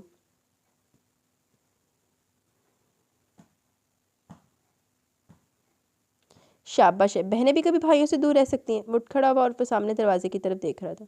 इसने भी मुड़कर देखा तो दरवाजे के ऐन वस्त में समीर खड़ा इन दोनों को देख रहा था। शायद इसीलिए मैट ने जल्दी से बात बदली थी। पर भाई तो बाहर झक मार रहे हैं, बहनों को क्या खबर? वो अपने कहने पर खुद ही हंसी, फीकी हंसी, वरना अंदर से तो वो कांप गई थी। वो चलता हुआ इसके पास आ गया। समीर है मेरे शौहर, और समीर ये मेरी छोटी खाला के बड़े बेटे उमैर है। कुछ अर्से से कनाडा में मुकीम थे, अब आए हैं तो हमसे मिलने चले आए। इसने बज़ाहिर बड़ी खुशी इखलाकी से तारुफ करवाया, मगर टांगे दिल सूखे पत्ते की मानत कांप रहा था। इसे जो आज तो खुशियाँ मिली थी, अब वो खाक में मिलती नजर आ रही थी। हमसे भी या फिर अकेले तुमसे? आम सा लहजा इसे बहुत कुछ समझा गया। वो उमैर से गले मिलने लगा। आप सबसे यार, भला इस आफत से अकेले मिलकर अपनी शामत बुलानी है? मसलन। वो दोनों बैठ गए, जबकि वो खड़ी नहीं, न जाने उस बात को किस रंग में लेता। मसलन यार, ये तुम्हारी बीवी और मेरी नन्ही बहन बातें बहुत करती है। अच्छा, वो हैरान हुआ। लेकिन इन्होंने हमारे सामने तो कभी इतनी बातें नहीं की। तुम्हारे सामने नहीं, लेकिन मेरे सामने तो करती है। ना समझी में वो न जाने वो क्या बात कर गया। फिर तो ये खास बंदों से बातें करती हैं। समीर ने गहरी निगाह इस पर डाली। वो अंदर तक काम करेगी। ख़ास कौन यार, हम तो अहम तो तुम लोग हो जो इन्हें बिन मांगे ले आए, हमारा इंतज़ार भी न किया। इसने एक नज़री से देखा, फिर गोया। कम अज़ कम बड़े भाई की तरह से रुखसत तो करता। बस किस्मत। वो मुस्कुरा दे। इर्सा, खाने का इंतज़ाम करो, तुम्हारे मेहमान कनाडा से तशरीफ़ लाए। वो इसे कहने लगा। वैसे भी शाम हो गई है। जी, अभी करती हूँ। वो बाहर निकल गई। समीर ने इसे खाने के लिए रोक लिया था। खाना खाने के बाद वो इन दोनों से अपने घर आने का पक्का वादा लेकर उठ खड़ा हुआ। इर्सा को बार बार लग रहा था समीर को उमैर का यहाँ आना पसंद नहीं है। वो इसे अजीब नज़रों से देख रहा था। वो अंदर ही अंदर काँप रही थी। ये तुम्हारे कज़न कब से आकर बैठे हुए थे? वो किचन में बर्तन धो रही थी जब वो नंगे पाँव इसके पीछे खड़ा इससे पूछ रहा था। वो एक लम्हे के लिए तो पूरी की पूरी लरस उठी। आपके आने से 5-6 मिनट पहले। इसने मुड़कर सरसरी से जवाब दिया। अच्छा, 1 कप चाय बना दो। वो उल्टे कदम वापस मुड़ा और अपने कमरे में चला गया। कुछ देर बाद वो चाय बना कर ले आई। समीर, आज मैं डॉक्टर रज़िया के पास गई थी। वो इसके पास बैठ गई। वो चुप सी होगी। वो लेटा हुआ था, किसी किताब में बुरी तरह महव था, ये फिर जाहिर कर रहा था। इसने मुझे देखते मेरी सेहत के बारे में अंदाज़ा लगा लिया था। वो बहुत काबिल डॉक्टर है। देखते बंदे के मर्ज़ को समझ जाती है। अच्छा, वैसे कुछ बताना चाहती थी। जब इसने कोई तवज्जो न दी तो वो खामोश हो गई। कुछ देर इसे खामोश पाकर इसने चेहरे के आगे से किताब हटाई, वो सर झुकाए अपने नाखूनों को घूर रही थी। शायद कोई बात कहना चाहती थी। वो कुछ देर इसे देखता रहा। कोई और भी बात भी है? वो चौंकी और इसे देखने लगी। वो तो जब का शिकार थी कि इसे कैसे बताए ये बात। इसे अपने मुंह से बताते हुए इसे ढेरों शर्म आ रही थी। क्या कोई बात है? इसने दोबारा से पूछा और उठकर बैठ गया। इसके दिल की धड़कन तेज़ होगी। इन दोनों के दिल में इतनी बेतकल्फी तो कभी न रही थी। वो फट से बता देती। रात के अंधेरे में बिना कुछ सुने बिना कुछ कहे इसकी ज़रूरत बनती रहती थी। दिन के उजालों में तो वो सारी जान पहचान ख़त्म कर लेता था। अब भला ये नौखी बात इसे कैसे बताती? वो लाख चाहती इससे ही बात ना कह पाती। एक तो शर्म हया अलग और दूसरे इतनी बेतकल्फी भी ना थी। क्या सोच रही हो? कोई बात है तो कहो, बेजारी से बोला। जी, अगर कुछ नहीं है तो जाओ लेट जाओ, मेरा वक्त ज़ाया मत करो। अब की बार इसके लहजे में हल्के से गुस्से का तासर था। वो बेबसी से देखने लगी। वो डॉक्टर रज़िया ने कहा है कि वो अटकी। वो बेजार हुआ। क्या? अब इसे सचमुच गुस्सा आ गया। समीर, वो कहती है दफ़ा हो जाओ कमरे से वरना गर्दन दबा दूंगा तुम्हारी। ओ लाख लानत तेरे थे, लानत लानत। अब की बार वो चीखा तो इसने सहम कर इसका हाथ पकड़ लिया। समीर, मैं माँ बनने वाली हूँ। इसका हाथ अपने हाथों में लेकर जैसे से हौसला वो निगाहें झुकाकर आहिस्ता से कह गई। अपने हाथ में दबे इसके हाथ में कोई हरकत ना हुई जहाँ वो कुछ बोला था। इसने इसकी खामोशी से खाइफ होकर इसकी तरफ निगाह की। वो सुर्ख अंगारा आंखों से देख रहा था। इसे लगा इसकी निगाहों में कुछ खास था, जैसे वो इससे ये ना सुनना चाहता हो या फिर ऐसा ना चाहता हो। समीर, तुम खुश हो? खुश्क लहजे में दरियाफ्त किया गया। इसने सरस बात में हिला दिया। भला ये कैसी खुशी? खुरदरे लहजे में कहकर इसने इसके हाथों से अपना हाथ निकाल लिया। अच्छी बात है, तुम माँ बनने वाली, मुबारक हो। इसने सर्द लहजे में जैसे इस पर तंज के इसे अपने अंदर कपकपी तारी होती महसूस हुई। चलो सो जाओ। वो सर्द लहजे में कहता उठ खड़ा हुआ। सांस लिए बगैर वो दरवाजे से बाहर निकल गया। और जो कहते ना इज्जत नहीं पा रहा आसांदी हो कि कहते होंगे आ पंजाबी में कुत्ते नूं खीर नहीं पचदी। Same is the situation is here. लानती। या अल्लाह, क्या अब भी मुझे बेमुराद लौटाया जाएगा? क्या अब भी मुझे बदनसीब बदकिस्मत ठहराया जाएगा? इसने सांस अंदर ही अंदर उतारा। या अल्लाह, तू मुझे अब तो सुरखरू कर दे। क्या कमी है तेरे अजीम खजाने में? वो लेट चुकी थी। पूरा चेहरा आंसू से तर था और बाहर वो अंधेरे गोशे में बैठा न जाने के सोच रहा था। कुछ लानती फटकार ही सोच रहा होना। फिर इसके बाद भी इसका रवैया वही रहा। इससे कभी ना बच्चे के बारे में कोई बात की और ना इसकी सेहत के बारे में। अम्मा को न जाने कैसे पता चल गया। वो इसका बहुत ख्याल रखने लगी। आने वाले बच्चे की तैयारियां जोर शोर से करने लगी। जब भी बाजार जाती आते हुए ढेरों खिलौने और छोटे छोटे कपड़े ले आती। ईर्षा बेख्तियार हंसने लगती। आने वाले की परवाह बाप को नहीं, बेचारी दादी कितनी खुश है। अब इन्हें क्या पता कि आने वाला मोहब्बत की पैदावार नहीं, सिर्फ हकूक फ़र्ज़ की बिना पर आ रहा है। वो जरा दिल से सोचती थी, फिर आने वाले का तसव्वुर करके दुनिया जहाँ से बेखबर हो जाती। मेरा बच्चा, मेरा अपना बच्चा, कितना प्यारा होगा, कितना मासूम। वो कैसी नन्ही नन्ही बातें करेगा, मुझे अम्मी कहेगा, इस तंग दिल को अब्बू, कितना अच्छा लगेगा। वो इसे महसूस करके खुश हुई जा रही थी। लबों से हंसी से ही जुदा ना हो रही थी। एक दिन इसने इसे अकेले अकेले मुस्कुराते देखकर पूछ लिया, क्या बात है? कि मुस्कुराहट किस सिलसिले में? वो बूटों के तस्मे को हो रहा था। अम्मा कहती हैं बच्चे को सबसे पहले अम्मा बोलना आएगा। किसका बच्चा अम्मा बोलेगा? इसने को उतना समझते हुए पूछा था। जवाबन वो हल्का सा मुस्कुराई। इतने मासूम मत बनो समीर। ओ, इसने मोजे उतारे जूते मैं दबा दिया। खुद वॉशरूम में हाथ धोने चला गया। कब आ रहा है ये बच्चा? रात इसके खाने के बाद पूछा तो वो हिचकिचा सी गई। क्या बहुत खुश हो? ईर्षा को लगा इसके लहजे में लापरवाही न थी। वो बहुत गौर से इसका चेहरा तकने लगी। वो इसकी जानिब देख रहा था। बहुत बहुत ज़्यादा। आपने जो कुछ भी मुझे दिया सबसे कीमती और खूबसूरत यही तोहफा है। कितने दिनों के बाद वो इससे इस तरह नॉर्मल होकर बात कर रहा था, वरना अब तो वो सोता भी इससे दूर हट करता। समीर ने इसका हाथ पकड़ लिया और आहिस्ता आहिस्ता सहलाने लगा। कुछ देर दोनों के दरमियान खामोशी रही। फिर वो हौले से बोली, समीर, मेरा बच्चा कैसा होगा? बच्चा? तुम्हारा बच्चा? सिर्फ तुम्हारा बच्चा? इसने करंट खाकर इसका हाथ छोड़ा और इसका तमतमाता चेहरा देखने लगा। इसके बाद इसे न जाने क्या वो हाथ छटक कर बाहर निकल गया। इसके इस रवैये से इसने यही अंदाज़ा लगाया कि इसे बच्चे की कोई ख्वाहिश नहीं, इसलिए इसके बाद इसने बच्चे का जिक्र तक करना छोड़ दिया। लेकिन समीर जानता था वो बच्चे के लिए बहुत खुश है, इसलिए वो इस पर सख्ती भी नहीं करता था। लेकिन अब जो कुछ हो गया था बहुत खौफनाक था। क्यों होने की हो गया?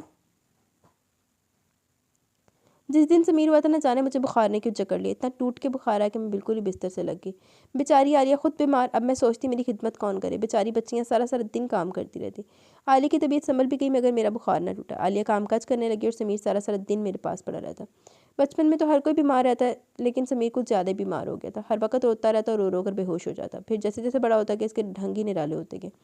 हर वो काम करता जो हमारी मर्ज़ी के खिलाफ होता। बाहर खेलने जाता तो आए दिन किसी न किसी बच्चे की पिटाई कर रहा था, किसी का सर फाड़ दिया, किसी का हाथ तोड़ दिया था, किसी को कोई चीज़ छीन के ले आता।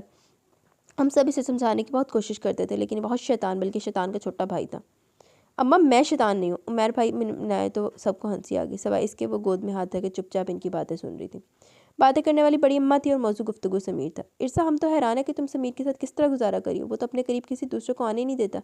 पर कहते हैं ना कि मोहब्बत में बड़ी ताकत होती है। तुमने यकीनन इसे मोहब्बत से फतह कर लिया है ना? उमैर भाई के कहने पर वो सटपटा सी गई। वैसे सच सच बताओ, वो तुमसे मोहब्बत करता है? शगुफ्ता भाभी की शोखी पर वो झेंप सी गई। बताओ ना, इन्होंने इसरार किया। भाभी प्लीज़, मुझे नहीं पता, आप दूसरी बात करें। वो नहीं जानती थी कि छत पर जाते समीर के कदम एक लम्हे के लिए रुके थे, फिर वो नफ़ी में सर लाता, दो सीढ़ियाँ फलांगता ऊपर चढ़ गया। ओहो, ऐसी भी क्या पर्दादारी। भाभी आप ही ऐसी बातें बता सकती हैं। बेचारी इरसा नहीं, हानिया बाजी ने मोहब्बत से देखा, वो आहिस्ता से हंसती। ए है, इसे मेरी बात तो सुनने दो। बड़ी अम्मा ने इन सबको टोका तो सभी इनकी तरफ मतवज्जा हो गए। आलिया बेगम सबके लिए चाय बनाने गई थी। सना और हानिया की बेटियां समोसों से खूब इंसाफ कर रही थी। उमैर तख्त के पास पड़ी कुर्सी पर बैठा, दूसरी कुर्सी के हत्थे पर टांगे रखे हुए थे। जी तो अम्मा आप क्या कह रही थी? सानिया ने बड़ी अम्मा को मुखातिब किया तो फिर से माजी में चली गई। इसी दौरान उमैर भी शुरू हो गया। इरसा, समीर मुझसे 6-7 साल छोटा था, बचपन से बहुत झगड़ालू, शरारती, शरीर और चालाक था। हर काम में जिद करता, हत्ता कि उस काम में भी जिद करता जो उसे कतई नापसंद होती। मतलब ये नहायत जिद्दी और चिड़चिड़ा था। सख्त गुस्सा और चिड़चिड़ाहट हम्मा वक्त इसके सर में सवार रहता। तीनों बहनें इससे बड़ी थी मगर वो तीनों ही से डरती थी, और तो और वो मुझे भी नहीं छोड़ता था।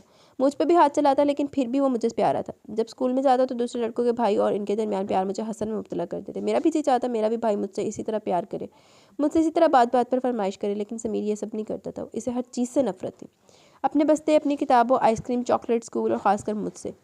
वो लड़कों के सामने मुझसे झगड़ पड़ता, इनके सामने मुझे बुरा भला कहता। अगर मैं इसे कुछ ना कहता तो दूसरे लड़कों को मारना शुरू कर देता, सिर्फ इसलिए कि मैं इसे मारूं तो वो ज़्यादा बफरे। लेकिन मैं इसे मारना तो एक तरफ इसे हाथ लगाना भी गुनाह समझता था। वो मुझे अपनी जान से भी ज़्यादा अजीज़ था। मुझे मोहब्बत थी इससे, इसलिए तो मैं जिस स्कूल जिस कॉलेज में दाखिला लेता साथ इसे भी ले जाता, क्योंकि मैं इसे अपनी आंखों से ओझल नहीं करना चाहता था। लेकिन लड़ने झगड़ने का मशगला इसने कहीं भी नहीं छोड़ा। आए दिन किसी न किसी से लड़ पड़ता। मैं इसे समझाता तो उल्टा मुझे बेइज्जत कर देता। एक दिन मैंने घर आकर छोटी अम्मा से इसकी शिकायत की, अब्बू को बताने की मैंने गलती न की, क्योंकि हर रोज़ अब्बू को मोहल्ले से इसकी शिकायतें मिलती रहती थी। लेकिन इस दिन बुरा ये हुआ कि जब मैं छोटी अम्मा को इसके बारे में बता रहा था तो बाहर खड़े अब्बू ने भी सब सुन लिया। फिर उस दिन पहली बार अब्बू ने समीर को मारा। इन्हें इस पर पहले बहुत गुस्सा था, इसलिए वो इसे कुछ ज़्यादा ही मार गए। इसने चीख चीख कर सारा घर सर पर उठा लिया, इतना रोया कि मुझे भी रोना आ गया। वो कम रो रहा था जबकि मैं ज़्यादा। अम्मा और छोटी अम्मा इसे छुड़ाने की लगी, अब्बू ने इन दोनों को भी धर लिया और इसके साथ साथ इन दोनों को भी खूब बुरा भला कहा, जबकि मैं इसके साथ मिलकर रो रहा था। फिर बाद में पता क्या हुआ? वो मुस्कुराने लगे। अम्मा चाय ले आई तो हानिया सबको चाय देने लगी। रेहान अपनी दादी की गोदी में सरक कर सो चुका था। क्या हुआ? वो बहुत वजह से इनकी बातें सुन रही थी। इसे आहिस्ता आहिस्ता समझ आ रही थी कि समीर ने कितनी गलत फहमियाँ पाल रखी थी। वो हर बंदे को अपनी नज़र से देखता रहा। इसने मुझे, अम्मा और अब्बू को बुरा भला कहना शुरू कर दिया। वो समझा मैं जो रो रहा हूँ तो इसकी नकल करके इसके साथ आवाज़ मिला रहा हूँ। वो शुरू से अपनी मर्ज़ी का मालिक था। वो चाहता जो वो चाहता वो करता, चाहे बहुत गलत कर जाए, इसे कोई परवाह ना थी। वो हल्के से हंसती है। समीर साहब दी जगह घर नहीं सी, इन्हें मैंटल अजाइलम दे विच सी। इन्हें जाके मैंटल अजाइलम भर्ती कराना चाहिए सी। एवं पागल आदमी घर रखा है तो अगली बंदी दी लिया के ज़िंदगी तबाह करती। फिर एक दिन इसने कॉलेज में एक लड़की से नोट्स मांगे। लड़की ने इसे दे दिए। अब की बार शगुफ्ता भाभी खुलकर हंसी थी। वो समझ गई बात कौन सी है। समीर भी अपने नाम का एक था, नोट्स ले तो लिए लेकिन देने का नाम ले लिया। फिर इस लड़की ने मुझसे शिकायत कर दी। इससे पहले कि मैं इसे जाकर कुछ कहता, इस लड़की ने खुद ही जाकर इसे नोट्स मांग लिए। फिर ये हुआ कि समीर साहब साफ साफ मुकर गए कि इन्होंने किसी से नोट्स वगैरह लिए ही नहीं। लड़की को जलाल आ गया तो मेरे पास आके, मैं भी सॉरी कर ही रहा था कि लड़की के कज़न लड़की की हमदर्दी में मेरे पास पहुंच गया। कज़न साहब को कुछ ज़्यादा गुस्सा था। इसके मुंह से कुछ गलत बातें निकल गई। समीर दूर खड़ा देख रहा था। तेरी से हमारी तरफ और आकर इस लड़के का गिरेबान पकड़ लिया। फिर इसने इस बेचारे का सर फाड़ दिया। अब की बार उन्होंने कहका लगाया, लेकिन वो तो कह रहे थे इन्होंने इसका सर आपकी हमदर्दी में फाड़ा था। वो उलझना मैं इस लहजे में बोली। इस वाक़े को समीर ने तो किसी और ही रंग में इसके सामने पेश किया था। हाँ, बाद में भी वो ये कहता रहा। फिर इस दिन घर आकर मैंने पहली बार बड़ा भाई बनकर इसे मारा था। अब्बू ने भी इसे बुरा भला कहा, दोनों माओं ने इसे टोका, लेकिन वो पहले किसको सुनता था जो इस वक्त सुन लेता। उल्टा सबको धमकियाँ देने लगा। अब्बू से तो इसे सख्त नफरत हो गई थी। जैसे ही वो घर में दाखिल होते वो घर से बाहर चला जाता। अगर वो सहन में होता तो वो छत पे होता। अगर वो इसके साथ बैठकर खाना खाते तो वो खाना छोड़ देता। यही हरकत वो मेरे साथ भी करता था, लेकिन मैंने कभी बुरा ना माना। मैं जानता तो मेरा छोटा भाई है, इसे भी मुझसे मोहब्बत है, लेकिन मेरी खाम ख्याली थी। वो मुझसे मोहब्बत तो क्या करता, देखना गवारा ना करता। इसे मुझसे नफरत थी, शदीद नफरत। ईर्षा ने बेख्तियार इनका चेहरा देखा। कर दुख की परछाइयाँ इनके चेहरे पर वाजियाँ थी, जैसे इन्हें बहुत तकलीफ हो रही है। सब बताते हुए दुख दर्द इनके लहजे से यहाँ था। कितनी गलत फहमी में घिरे हो तुम समीर अली। इतनी चाहतों का बदला इतनी बेदर्दी से देते रहे हो और फिर भी अपने आप को बेकसूर और बड़ी जिम्मा समझते हो। इसने बेख्तियार ऊपर देखा। समीर नीचे ही देख रहा था। इसने इसे देखकर दुख से सोचा, जबकि पीछे हट गया था। फिर मैंने इस लड़की से शादी की हामी भर ली जिससे नोट्स वाला चक्कर चला था। लेकिन यहाँ भी समीर के मन में न जाने क्या समाया कि इसने इस लड़की के खिलाफ बगावत शुरू कर दी। इसका कहना था कि इस लड़की की वजह से इसे कॉलेज से निकाला गया, जबकि असल बात यह थी वो खुद ही एक जगह पर टिक कर नहीं बैठ सकता था। खुद ही इसने वो कॉलेज छोड़ा था। बहरहाल शादी होनी थी, हो गई, और समीर ने वो घर छोड़ दिया। इसका कहना था जहाँ वो लड़की उमैर, बड़ी अम्मा और अब्बू रहेंगे वो वहाँ नहीं रह सकता। वो छोटी अम्मा सानिया और सना को लेकर इस घर में चला है। फिर दोबारा इसने इस घर में कदम नहीं रखा। हत्ता कि ना तो मेरी बारात के साथ किया और ना हानिया की शादी पर। बहुत ही अनापरस्त है। हम खुद ही यहाँ आ जाते हैं। इसे हमारा आना कतई पसंद नहीं, लेकिन हमें इसकी परवाह नहीं है। वो चाहे हमें धक्के देकर भी निकाल दे, हम यहाँ से निकलने वाले नहीं। अब की बार वो खिलखिलाकर हंसे थे। ठीक जो है, शगुफ्ता ने टुकड़ा लगाया। तो इरसार को खिफ़्फ़त ही महसूस हुई। भाई वो ऐसा नहीं करेंगे, इससे कोई बैद भी नहीं है, लेकिन मुझे यकीन है। क्या तुमसे इसने ऐसी कोई बात किया? वो एकदम चौंके। वो तो रोज़ाना करते हैं। क्या कहते हैं? वो फ़ौरन सीधे हुए, इनकी आंखें रोशन रोशन हो गई थी, वो इनकी आंखों में इतनी चमक और रोशनी देखकर दिल ही दिल में शर्मिंदा सी होगी। बताओ ना, इसने कभी मेरे बारे में बात की है? वो बेकरारी से थोड़े आगे को झुके तो वो मसनूई हंसी हंसी। भला ये कैसे कहती कि वो तो आपका नाम भी इस घर में सुनना नहीं चाहते जाके आपकी बातें। फिर इसने इन्हें खुश करने की खातिर समीर की तरफ से 2-3 झूठ बोले। इन्हें बताया था कि वो भी आपसे बहुत मोहब्बत करता है मगर आपके सामने जाहिर नहीं करता, और ये कि वो इसे अक्सर बचपन के किस्से और मेहर भाई की प्यारी प्यारी बातें बताता रहता है। इसने तो महज इनका दिल रखने की खातिर झूठ बोला, लेकिन वो देख सकती थी वो तो जैसे हवाओं में उड़ने लगे थे। इनकी खुशी इनके चेहरे से फूट रही थी। वो बार बार हंस रहे थे, बार बार मुस्कुरा रहे थे, वो बहुत खुश लगे थे।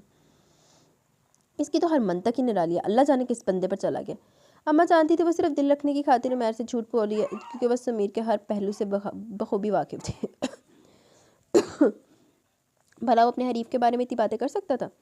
खैर, अब तो बाप बनने चला है, देखते हैं इसमें और कौन कौन सी तब्दीली रोनमा होती है। 2-2.5 महीनों की तो बात है, वो एक और मुतबा हासिल कर लेगा। भाई भाभी प्लीज़। इसका चेहरा तब उठा, वो बात वो सबके सामने कह रही थी।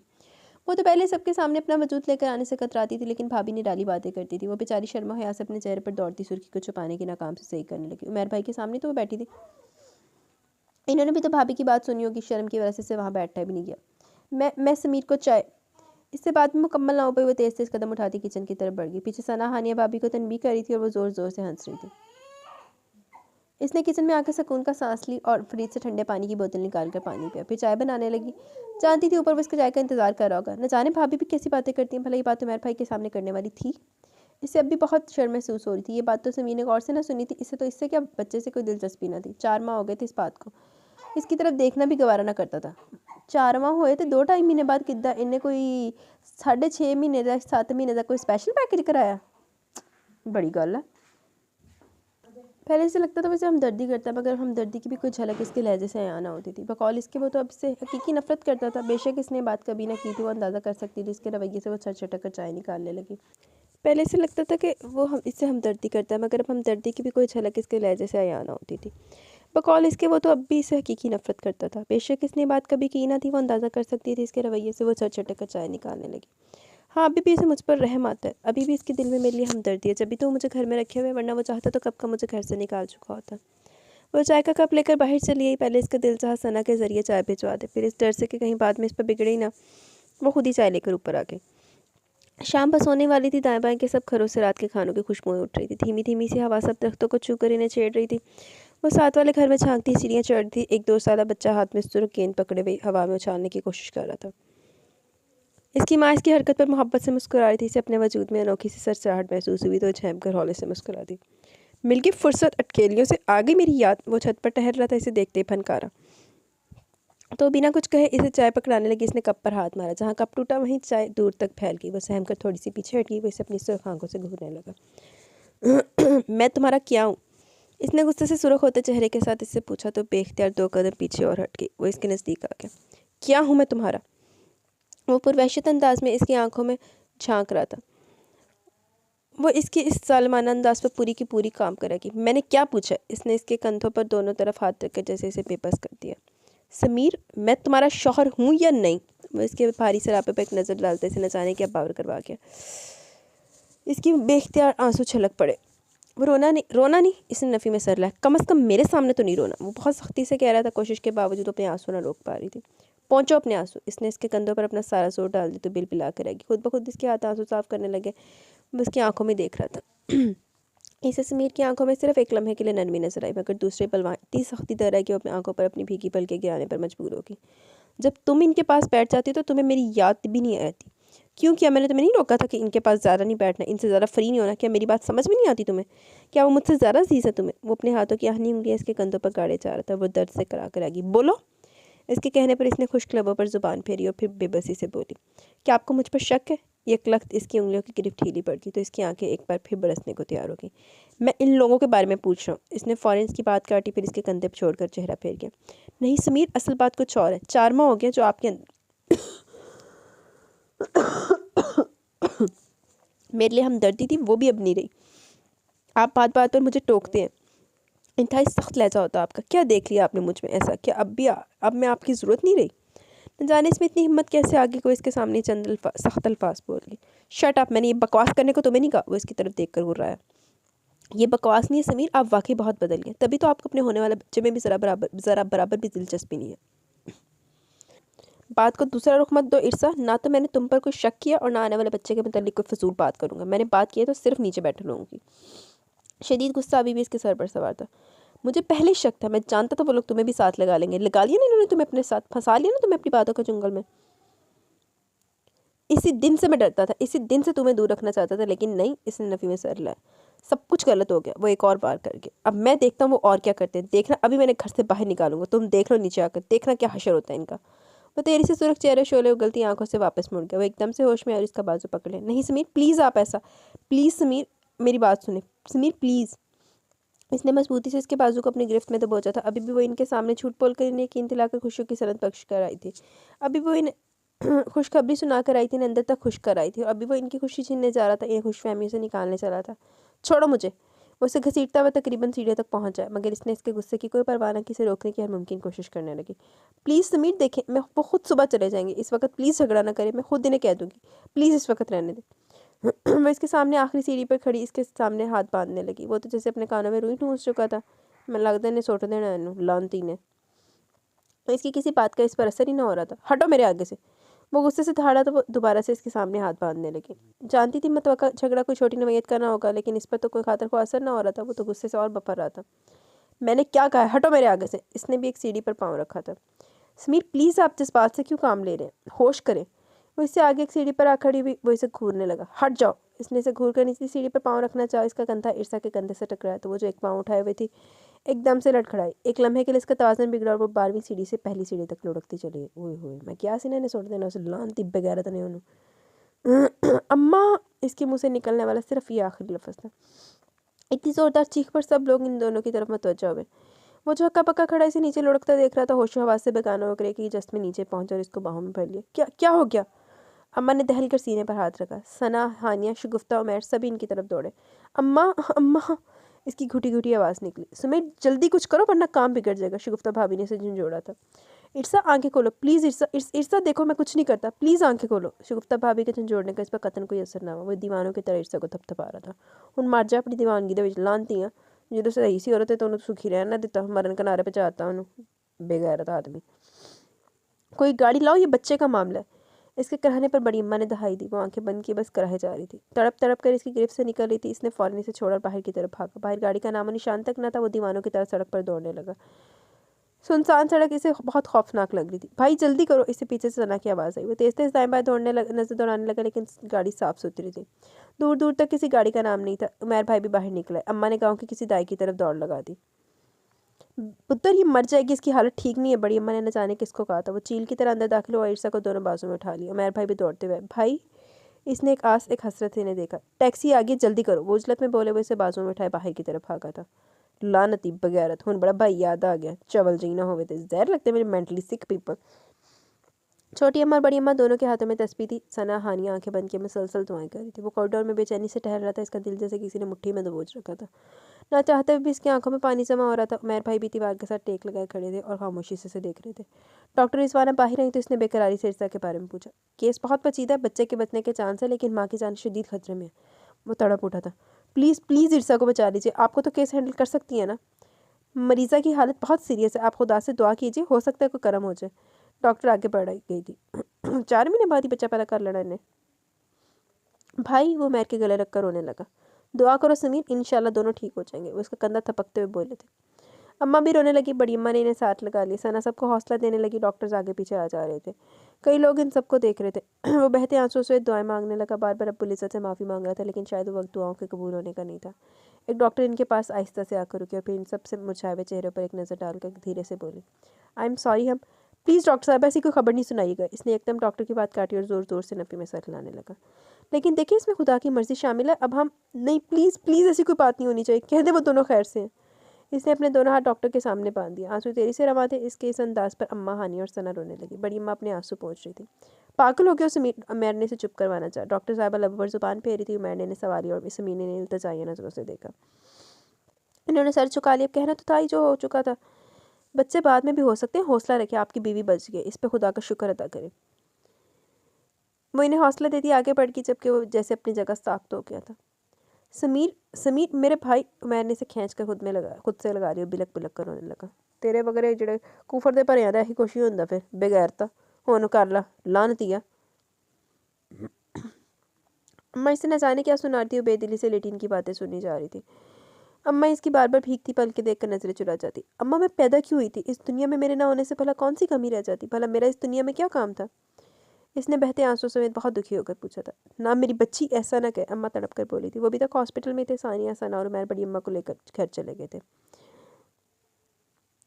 समीर और अम्मा इसी के साथ थे। वो अम्मा की गोद में सर रख कर रोने लगी। अम्मा भी शामिल होगी। जो वजूद सिर्फ महसूस करने पर इसे इतना मौत पर कर चुका था, वो दुनिया की नज़र में खुद को सबसे बुलंद महसूस करती, अपने आप को सबसे बाला समझने लगती। वही वजूद आज से यूँ तनहा छोड़कर चुपचाप सो गया था।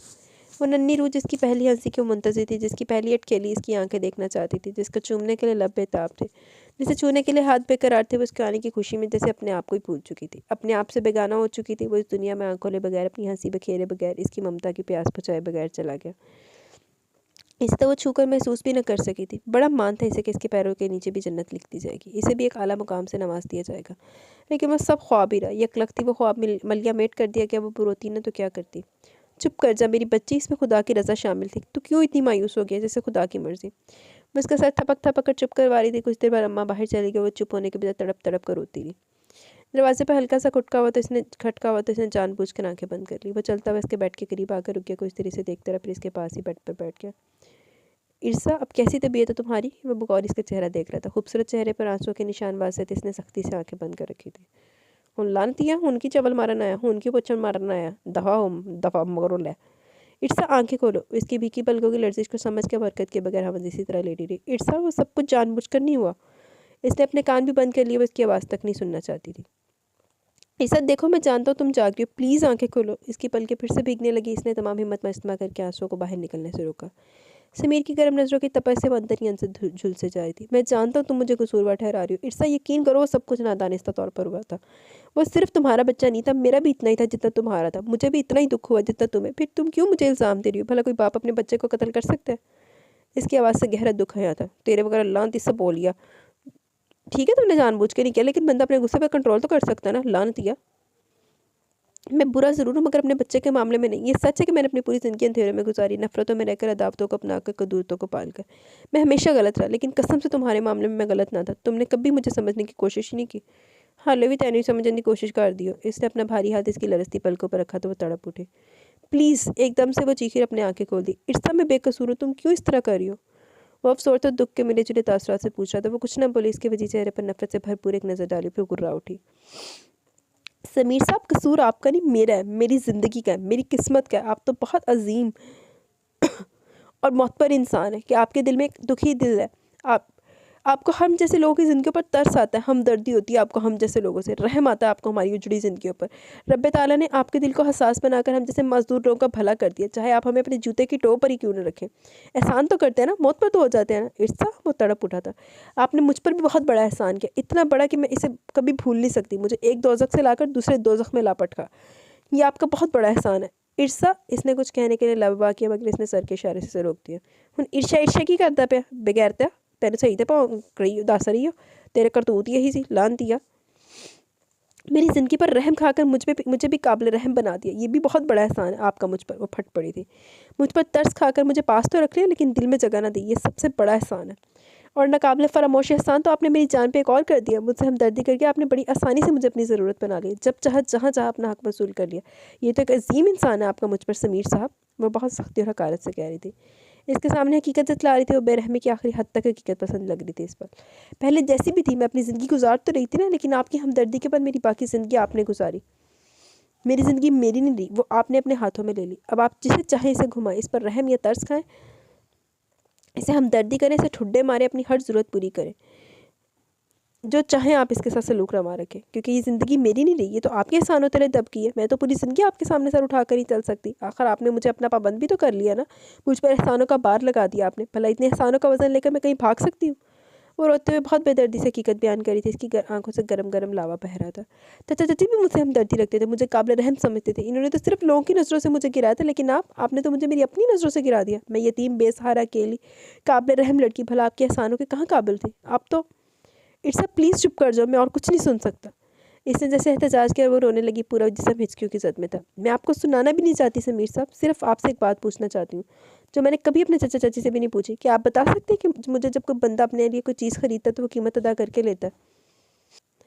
मतलब जब कोई बंदा अपने लिए कोई चीज़ खरीदता है तो वो कीमत अदा करके लेता है। फिर आप सबने मेरी कीमत किधर छोड़ी? मेरी कीमत क्यों नहीं लगाई? खुदा का वास्ता इरसा चुप कर जाओ। इसने इसके खूबसूरत लबों पर अपनी हथेली जमा दी थी। वो बिलक बिलक कर रोने लगी। समीर के आंसू भी बह निकले थे। दिल में ख्वाहिश ने अंगड़ाई ली कि वो इसे खींच कर अपने सीने में भेज ले, इसे दिल में कहीं छुपा ले। इसके हर दुख हर दर्द का उजाला कर दे, मगर बेदर्दी की हर इंतहा पर पहुंची हुई लग रही थी। इसने इसका हाथ छटक कर खुद करवट ले ली थी और वो इसकी पुश्त को देखते रह गया। वो भीज के उसे रोई थी। शाम को घर चलना भी अम्मा तुम्हारे पास है, मैं 2 घंटे बाद आऊँगा। वो उठ खड़ा हुआ। इसने इसकी बात सुनी, अनसुनी कर दी। फिर शाम आने से पहले खाला चली है और इसकी एक ही रट थी, मुझे अभी आपके साथ जाना है। अम्मा के लाख समझाने पर भी वो ना रुकी और खाला के साथ चली गई। और जाते हुए इसने समीर के लिए अम्मा को एक पैगाम दिया था, मैं इनका नाम लेकर ताउम्र एहसानमंद रहूँगी इनकी। अम्मा सिसक पड़ी और वो आंसू समेत अपना भी गला घोंटती खाला के साथ चल पड़ी थी। इसने अच्छा फैसला लिया। इधर चवल भी एहसास होवे ना, छड़ के जाएगी तो एहसास होना एडी आसानी ना माफ़ी ना देगी। कभी लौट के आओ तो देखो हमें क्या क्या निशान छोड़े हैं वक्त ने, कभी यहाँ कभी वहाँ, कभी इधर कभी उधर। सोचो कितने मकान छोड़े हैं वक्त ने, कभी ज़मीन पर बैठे कभी आसमान में उड़े। देखो कितने आशियाँ तोड़े हैं हम वक्त ने। कभी करते थे जो ख्वाहिश दूसरों की, आज इन्हीं से साहिबान जोड़े हैं वक्त ने। जो छोड़कर चले गए थे किसी वक्त, वो कश्तियों समेत बाद बाम मोड़े हैं वक्त ने।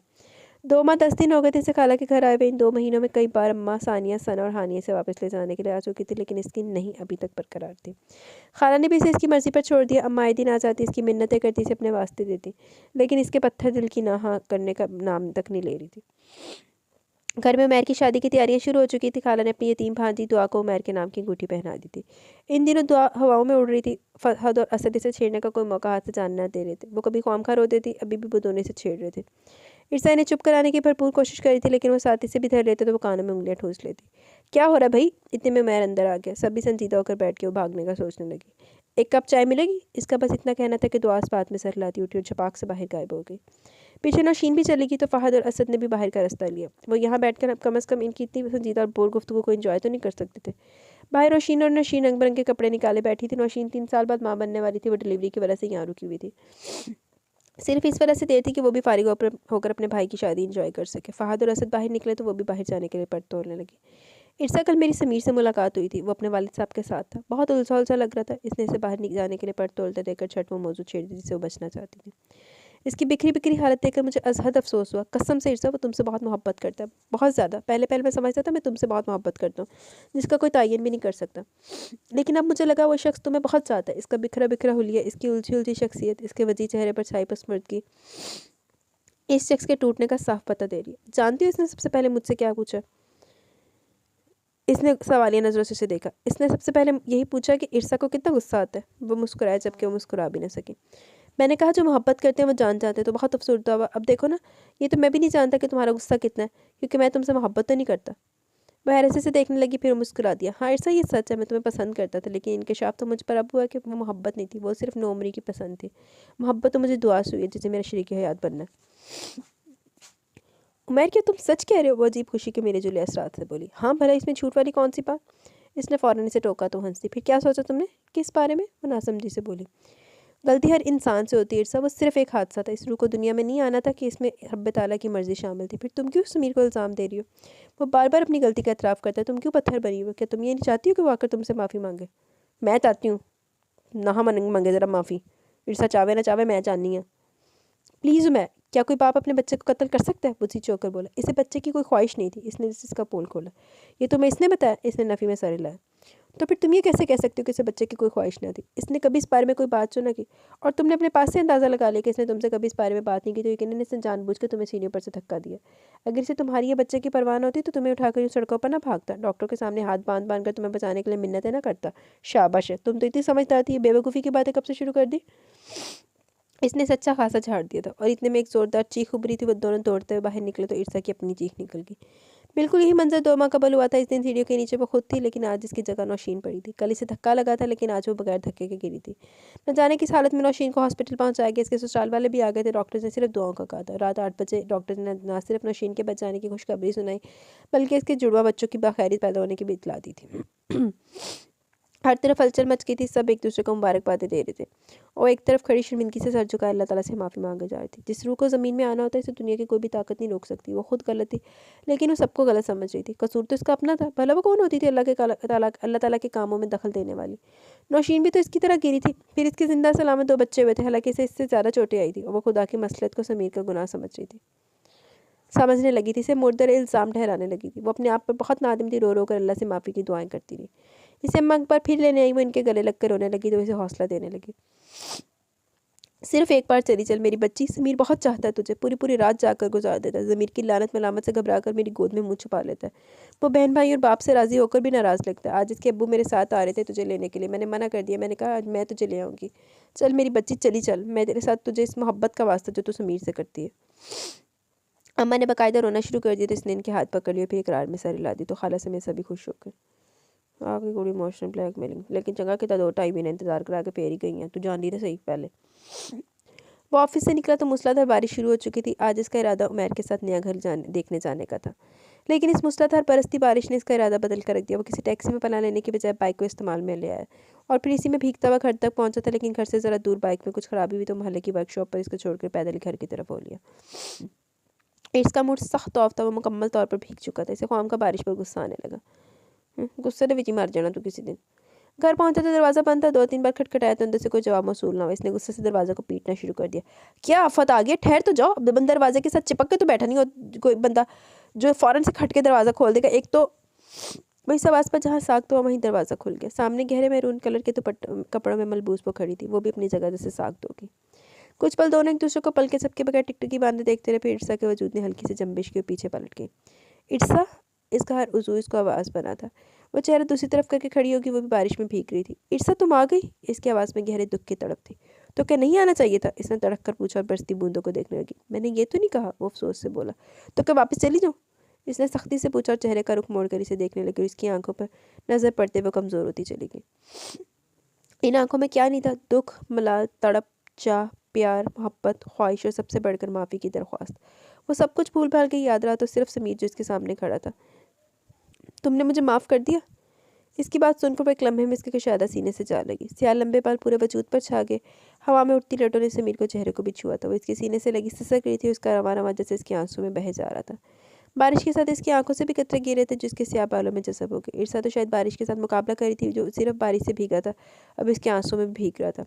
वो रोती रही और इसने इससे इसलिए रोने दिया कि वो आखिरी बार रो रही है। अब इससे इसके हर दुख का मुताबा करना है, इसके हर आंसू का उजाला करना है। इर्सा मेरी जान बस करो, और कितना रोगी, देखो बारिश भी कितनी तेज़ हो गई है। इसने इसे आहिस्ती से अपने से अलहदा किया और इसके आंसू साफ करने लगा। वो चुप होने के बजाय और रोने लगी। इसने हंसते हुए इस पर अपनी गिरफ्त मजबूत कर दी।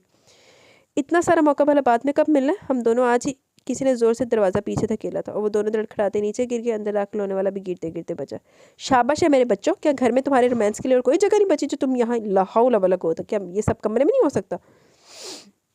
अली मोहम्मद बहुत तपे हुए लग रहे थे। इनके पीछे खड़े उमैर ने अपनी हंसी को बड़ी मुश्किलों से रोक रखा था। वो दोनों नीचे गिरे शर्मिंदा शर्मिंदा से सबसे नजरें चुरा रहे थे। और माफ़ी तलाफ़ी काम में से घूमते हुए जाके भी हो सकता सी, लेकिन कोई नहीं, वो इतने दुखों में नहीं पता लगता बंदे को। बरामदे में तमाम ख़वातीन निकल आई। इनके शरारती छोटे बच्चों ने अपने चाचू चाची को यूँ सहन के बीचों बीच गिरे देखा तो दोनों मुंह पर हाथ रखकर हंसने लगे। वो दोनों भी क्या करते, एक दूसरे को देखकर खिलखिलाकर हंस पड़े। उठे तो सबकी हंसी से पूरा घर झूम उठा। मुझे तुमसे मोहब्बत है। जिस दिन मैं तुम्हारे चचा के बेटे की शादी पर गया, वहाँ तुम्हें देखने में मुझे कुछ हुआ था, और फिर जब मैं तुम मेरे सामने मेरी कैफियत अजब हो जाती तो मैं तुम्हारे वास्ते नजफ़ के साथ लड़ पड़ा था, और फिर खुदा ने ऐसा वसीला पैदा कर दिया कि तुम मेरी हो गई। तो फिर लानत फटकार की पई सी तेरे ते जुड़े और चाव तड़फ के गया सी। पहली रात में तुम पर इसलिए बिगड़ा कि तुम मुंह में ज़ुबान रखते हुए भी इसका इस्तेमाल नहीं करती थी। 2 दिन तुमसे इसलिए रुक फेर कर सोया कि मैं चाहता था कि तुम इस घर को अपना घर समझो, हक इस्तेमाल करो, कमरे में अपनी मलकियत जताओ, लेकिन तुम तो एहसास कमतरी में मुब्तला चुपचाप एक कोने में पड़ी रही। मैं उकता आ गया तुम्हारी कम हिम्मती पर। मैं समझता था कि तुम मेरे गुस्से पर कोई रद्द-ए-अमल ज़ाहिर करोगे, लेकिन तुमने कोई एहतजाज न किया, तो मुझे मज़ीद गुस्सा आ गया। मैं चाहता था तुम मुझ पर, इस घर की हर चीज़ पर अपना हक जताओ। तुम भी अपने घर की नाम की थी। इसका सर इसके शाने पर धरा था। वह हौले हौले इसके बालों में उंगलियां चला रहा था। फिर गुस्से में मैंने जाने कैसा रवैया रवा रखता रहा, मगर तुम खामोश रही। जिस दिन उमैर खाला का बेटा हमारे घर आया, इस दिन तुम्हारी हंसी की आवाज़ बाहर तक आ रही थी, और जब मर्दाना आवाज़ आई तो हकीकतन मुझे गुस्सा, और उमैर से मिलकर मुझे गुस्सा इसके आने का नहीं था बल्कि तुम्हारी बेतकल्फ़ी का था कि तुम मेरी बजाय इससे फ्री थी। मैं चाहता था जिस तरह तुम उमैर अम्मा, बड़ी अम्मा, उमैर भाई वगैरह से हंसती हो, खिलखिलाती हो, इसी तरह मेरे साथ बेतकल्लुफ़ रहो। यही बात मेरे लिए गुस्से का बाइस बनी थी कि तुम इन सबसे बेतकल्लुफ़ थी सवाए मेरे। और फिर सोने पर सुहागा जब तुमने बच्चे वाली खुशखबरी सुनाई तो वो भी डर डर कर मुझे, फिर मुझे गुस्सा ना आता तो क्या करता। और बाद में मुझे तुम पर इसलिए गुस्सा आता था कि तुम हमारा बच्चा कहने की बजाय सिर्फ मेरा बच्चा कहती थी। तुम यकीन नहीं कर सकती, तब मेरा जी चाहता मैं तुम्हारा गला घोंट दूँ। जिस दिन वो बुरा हादसा पेश आया, इसी दिन शगुफ्ता भाभी ने तुमसे पूछा था क्या मैं भी तुमसे मोहब्बत करता हूँ। तुम नहीं जानती इस वक्त मेरा हर उज़ू समात बन गया था, लेकिन तुमने कोई जवाब ना दिया तो मैं सख्त मायूस हुआ। फिर भाई ने जब मेरे माजी के बारे में बातें की और तुमने मेरी तरफ से झूठ बोले थे, मैंने सब सुन लिए थे। मेरे अंदर तक सरशारी फैल गई, मेरे सामने से तमाम अंधेरे छट गए थे, मगर मैंने का हमारा अपनी गलती तस्लीम करने को तैयार ही नहीं था। फिर वो जो कुछ हो गया वो मैंने कभी सोचा भी नहीं था। लानत दिया तेरी अना दे विच बच्चा चला गया। इसने इसके खूबसूरत चेहरे की तरफ देखा, फिर इसे इसके कंधे पर सर रख दिया। वो जो कुछ हुआ इसमें खुदा की मर्जी थी, मैं ख्वामखा आपको इल्ज़ाम देती रही। हाँ, नुकसान तो बड़ा था मगर एक फ़ायदा भी हुआ, मुझे अपनी सारी गलतियों का एहसास हो गया। तो और की लानत दिया तू सुधर गया। मैंने इन सब से अपनी गलतियों की माफ़ी मांग लिया, तुम भी माफ़ कर दो। जो होना था हो गया, अब इसका क्या जिक्र। इसका मतलब है तुमने मुझे माफ़ कर दिया तो फिर, इसने मानी खेली से कहा, आप भी ना बस। इसने थोड़ा सा मुस्कुराकर इससे पहले इसकी फ़राक पेशानी पर होंठ रख दी। समीर के अंदर तक तमानियत फैल गई। ना छेड़ो हमें बार बार, हम कुछ पागल पागल हैं, कर देते हैं जो दिल में आए, हम बहुत पागल पागल हैं। इसने सरगोशी के अंदाज में इसके कान में कहा तो दोनों खिलखिलाकर हंस पड़े। तू थोड़ा नहीं तो बहुत पागल है, तेनू घर दे विच रखन दी भी नहीं, तेन पागल खाने की जरूरत है, लेकिन हुण तू सुधर गया तो चल तेन माफ़ कर देने, लेकिन तेन जो 2 महीने तो पहले माफ़ी मिल जाती तो तेरी सानू छित्तर मैं मारने सी फड़ के, ते जे तू माफ़ी ना मंगदा तो फिर भी चंगा नहीं होना सी। जी तो गाइज़ यहाँ पे हमारा ये नावल अपने इख्तिताम को पहुँचा। कैसा लगा आपको नावल, अपनी राय का ज़रूर इज़हार कीजिएगा और इस समीर नामी बंदे को जी भर के गालियाँ दीजिएगा। तो अब आपको बताते हैं इसका नाम, कितने है नाम इदा, कितने बेखबर थे, रिटन बाय नादिया जहांगीर का ये नावल है। तो कैसा लगा अपनी राय का ज़रूर इज़हार कीजिएगा। अब ज़रा मुझे इजाज़त है, इंशाल्लाह कल मिलेंगे न्यू नावल के साथ। तब तक के लिए अपना बहुत सारा ख्याल रखें, दुआ में याद रखें। अल्लाह हाफिज़।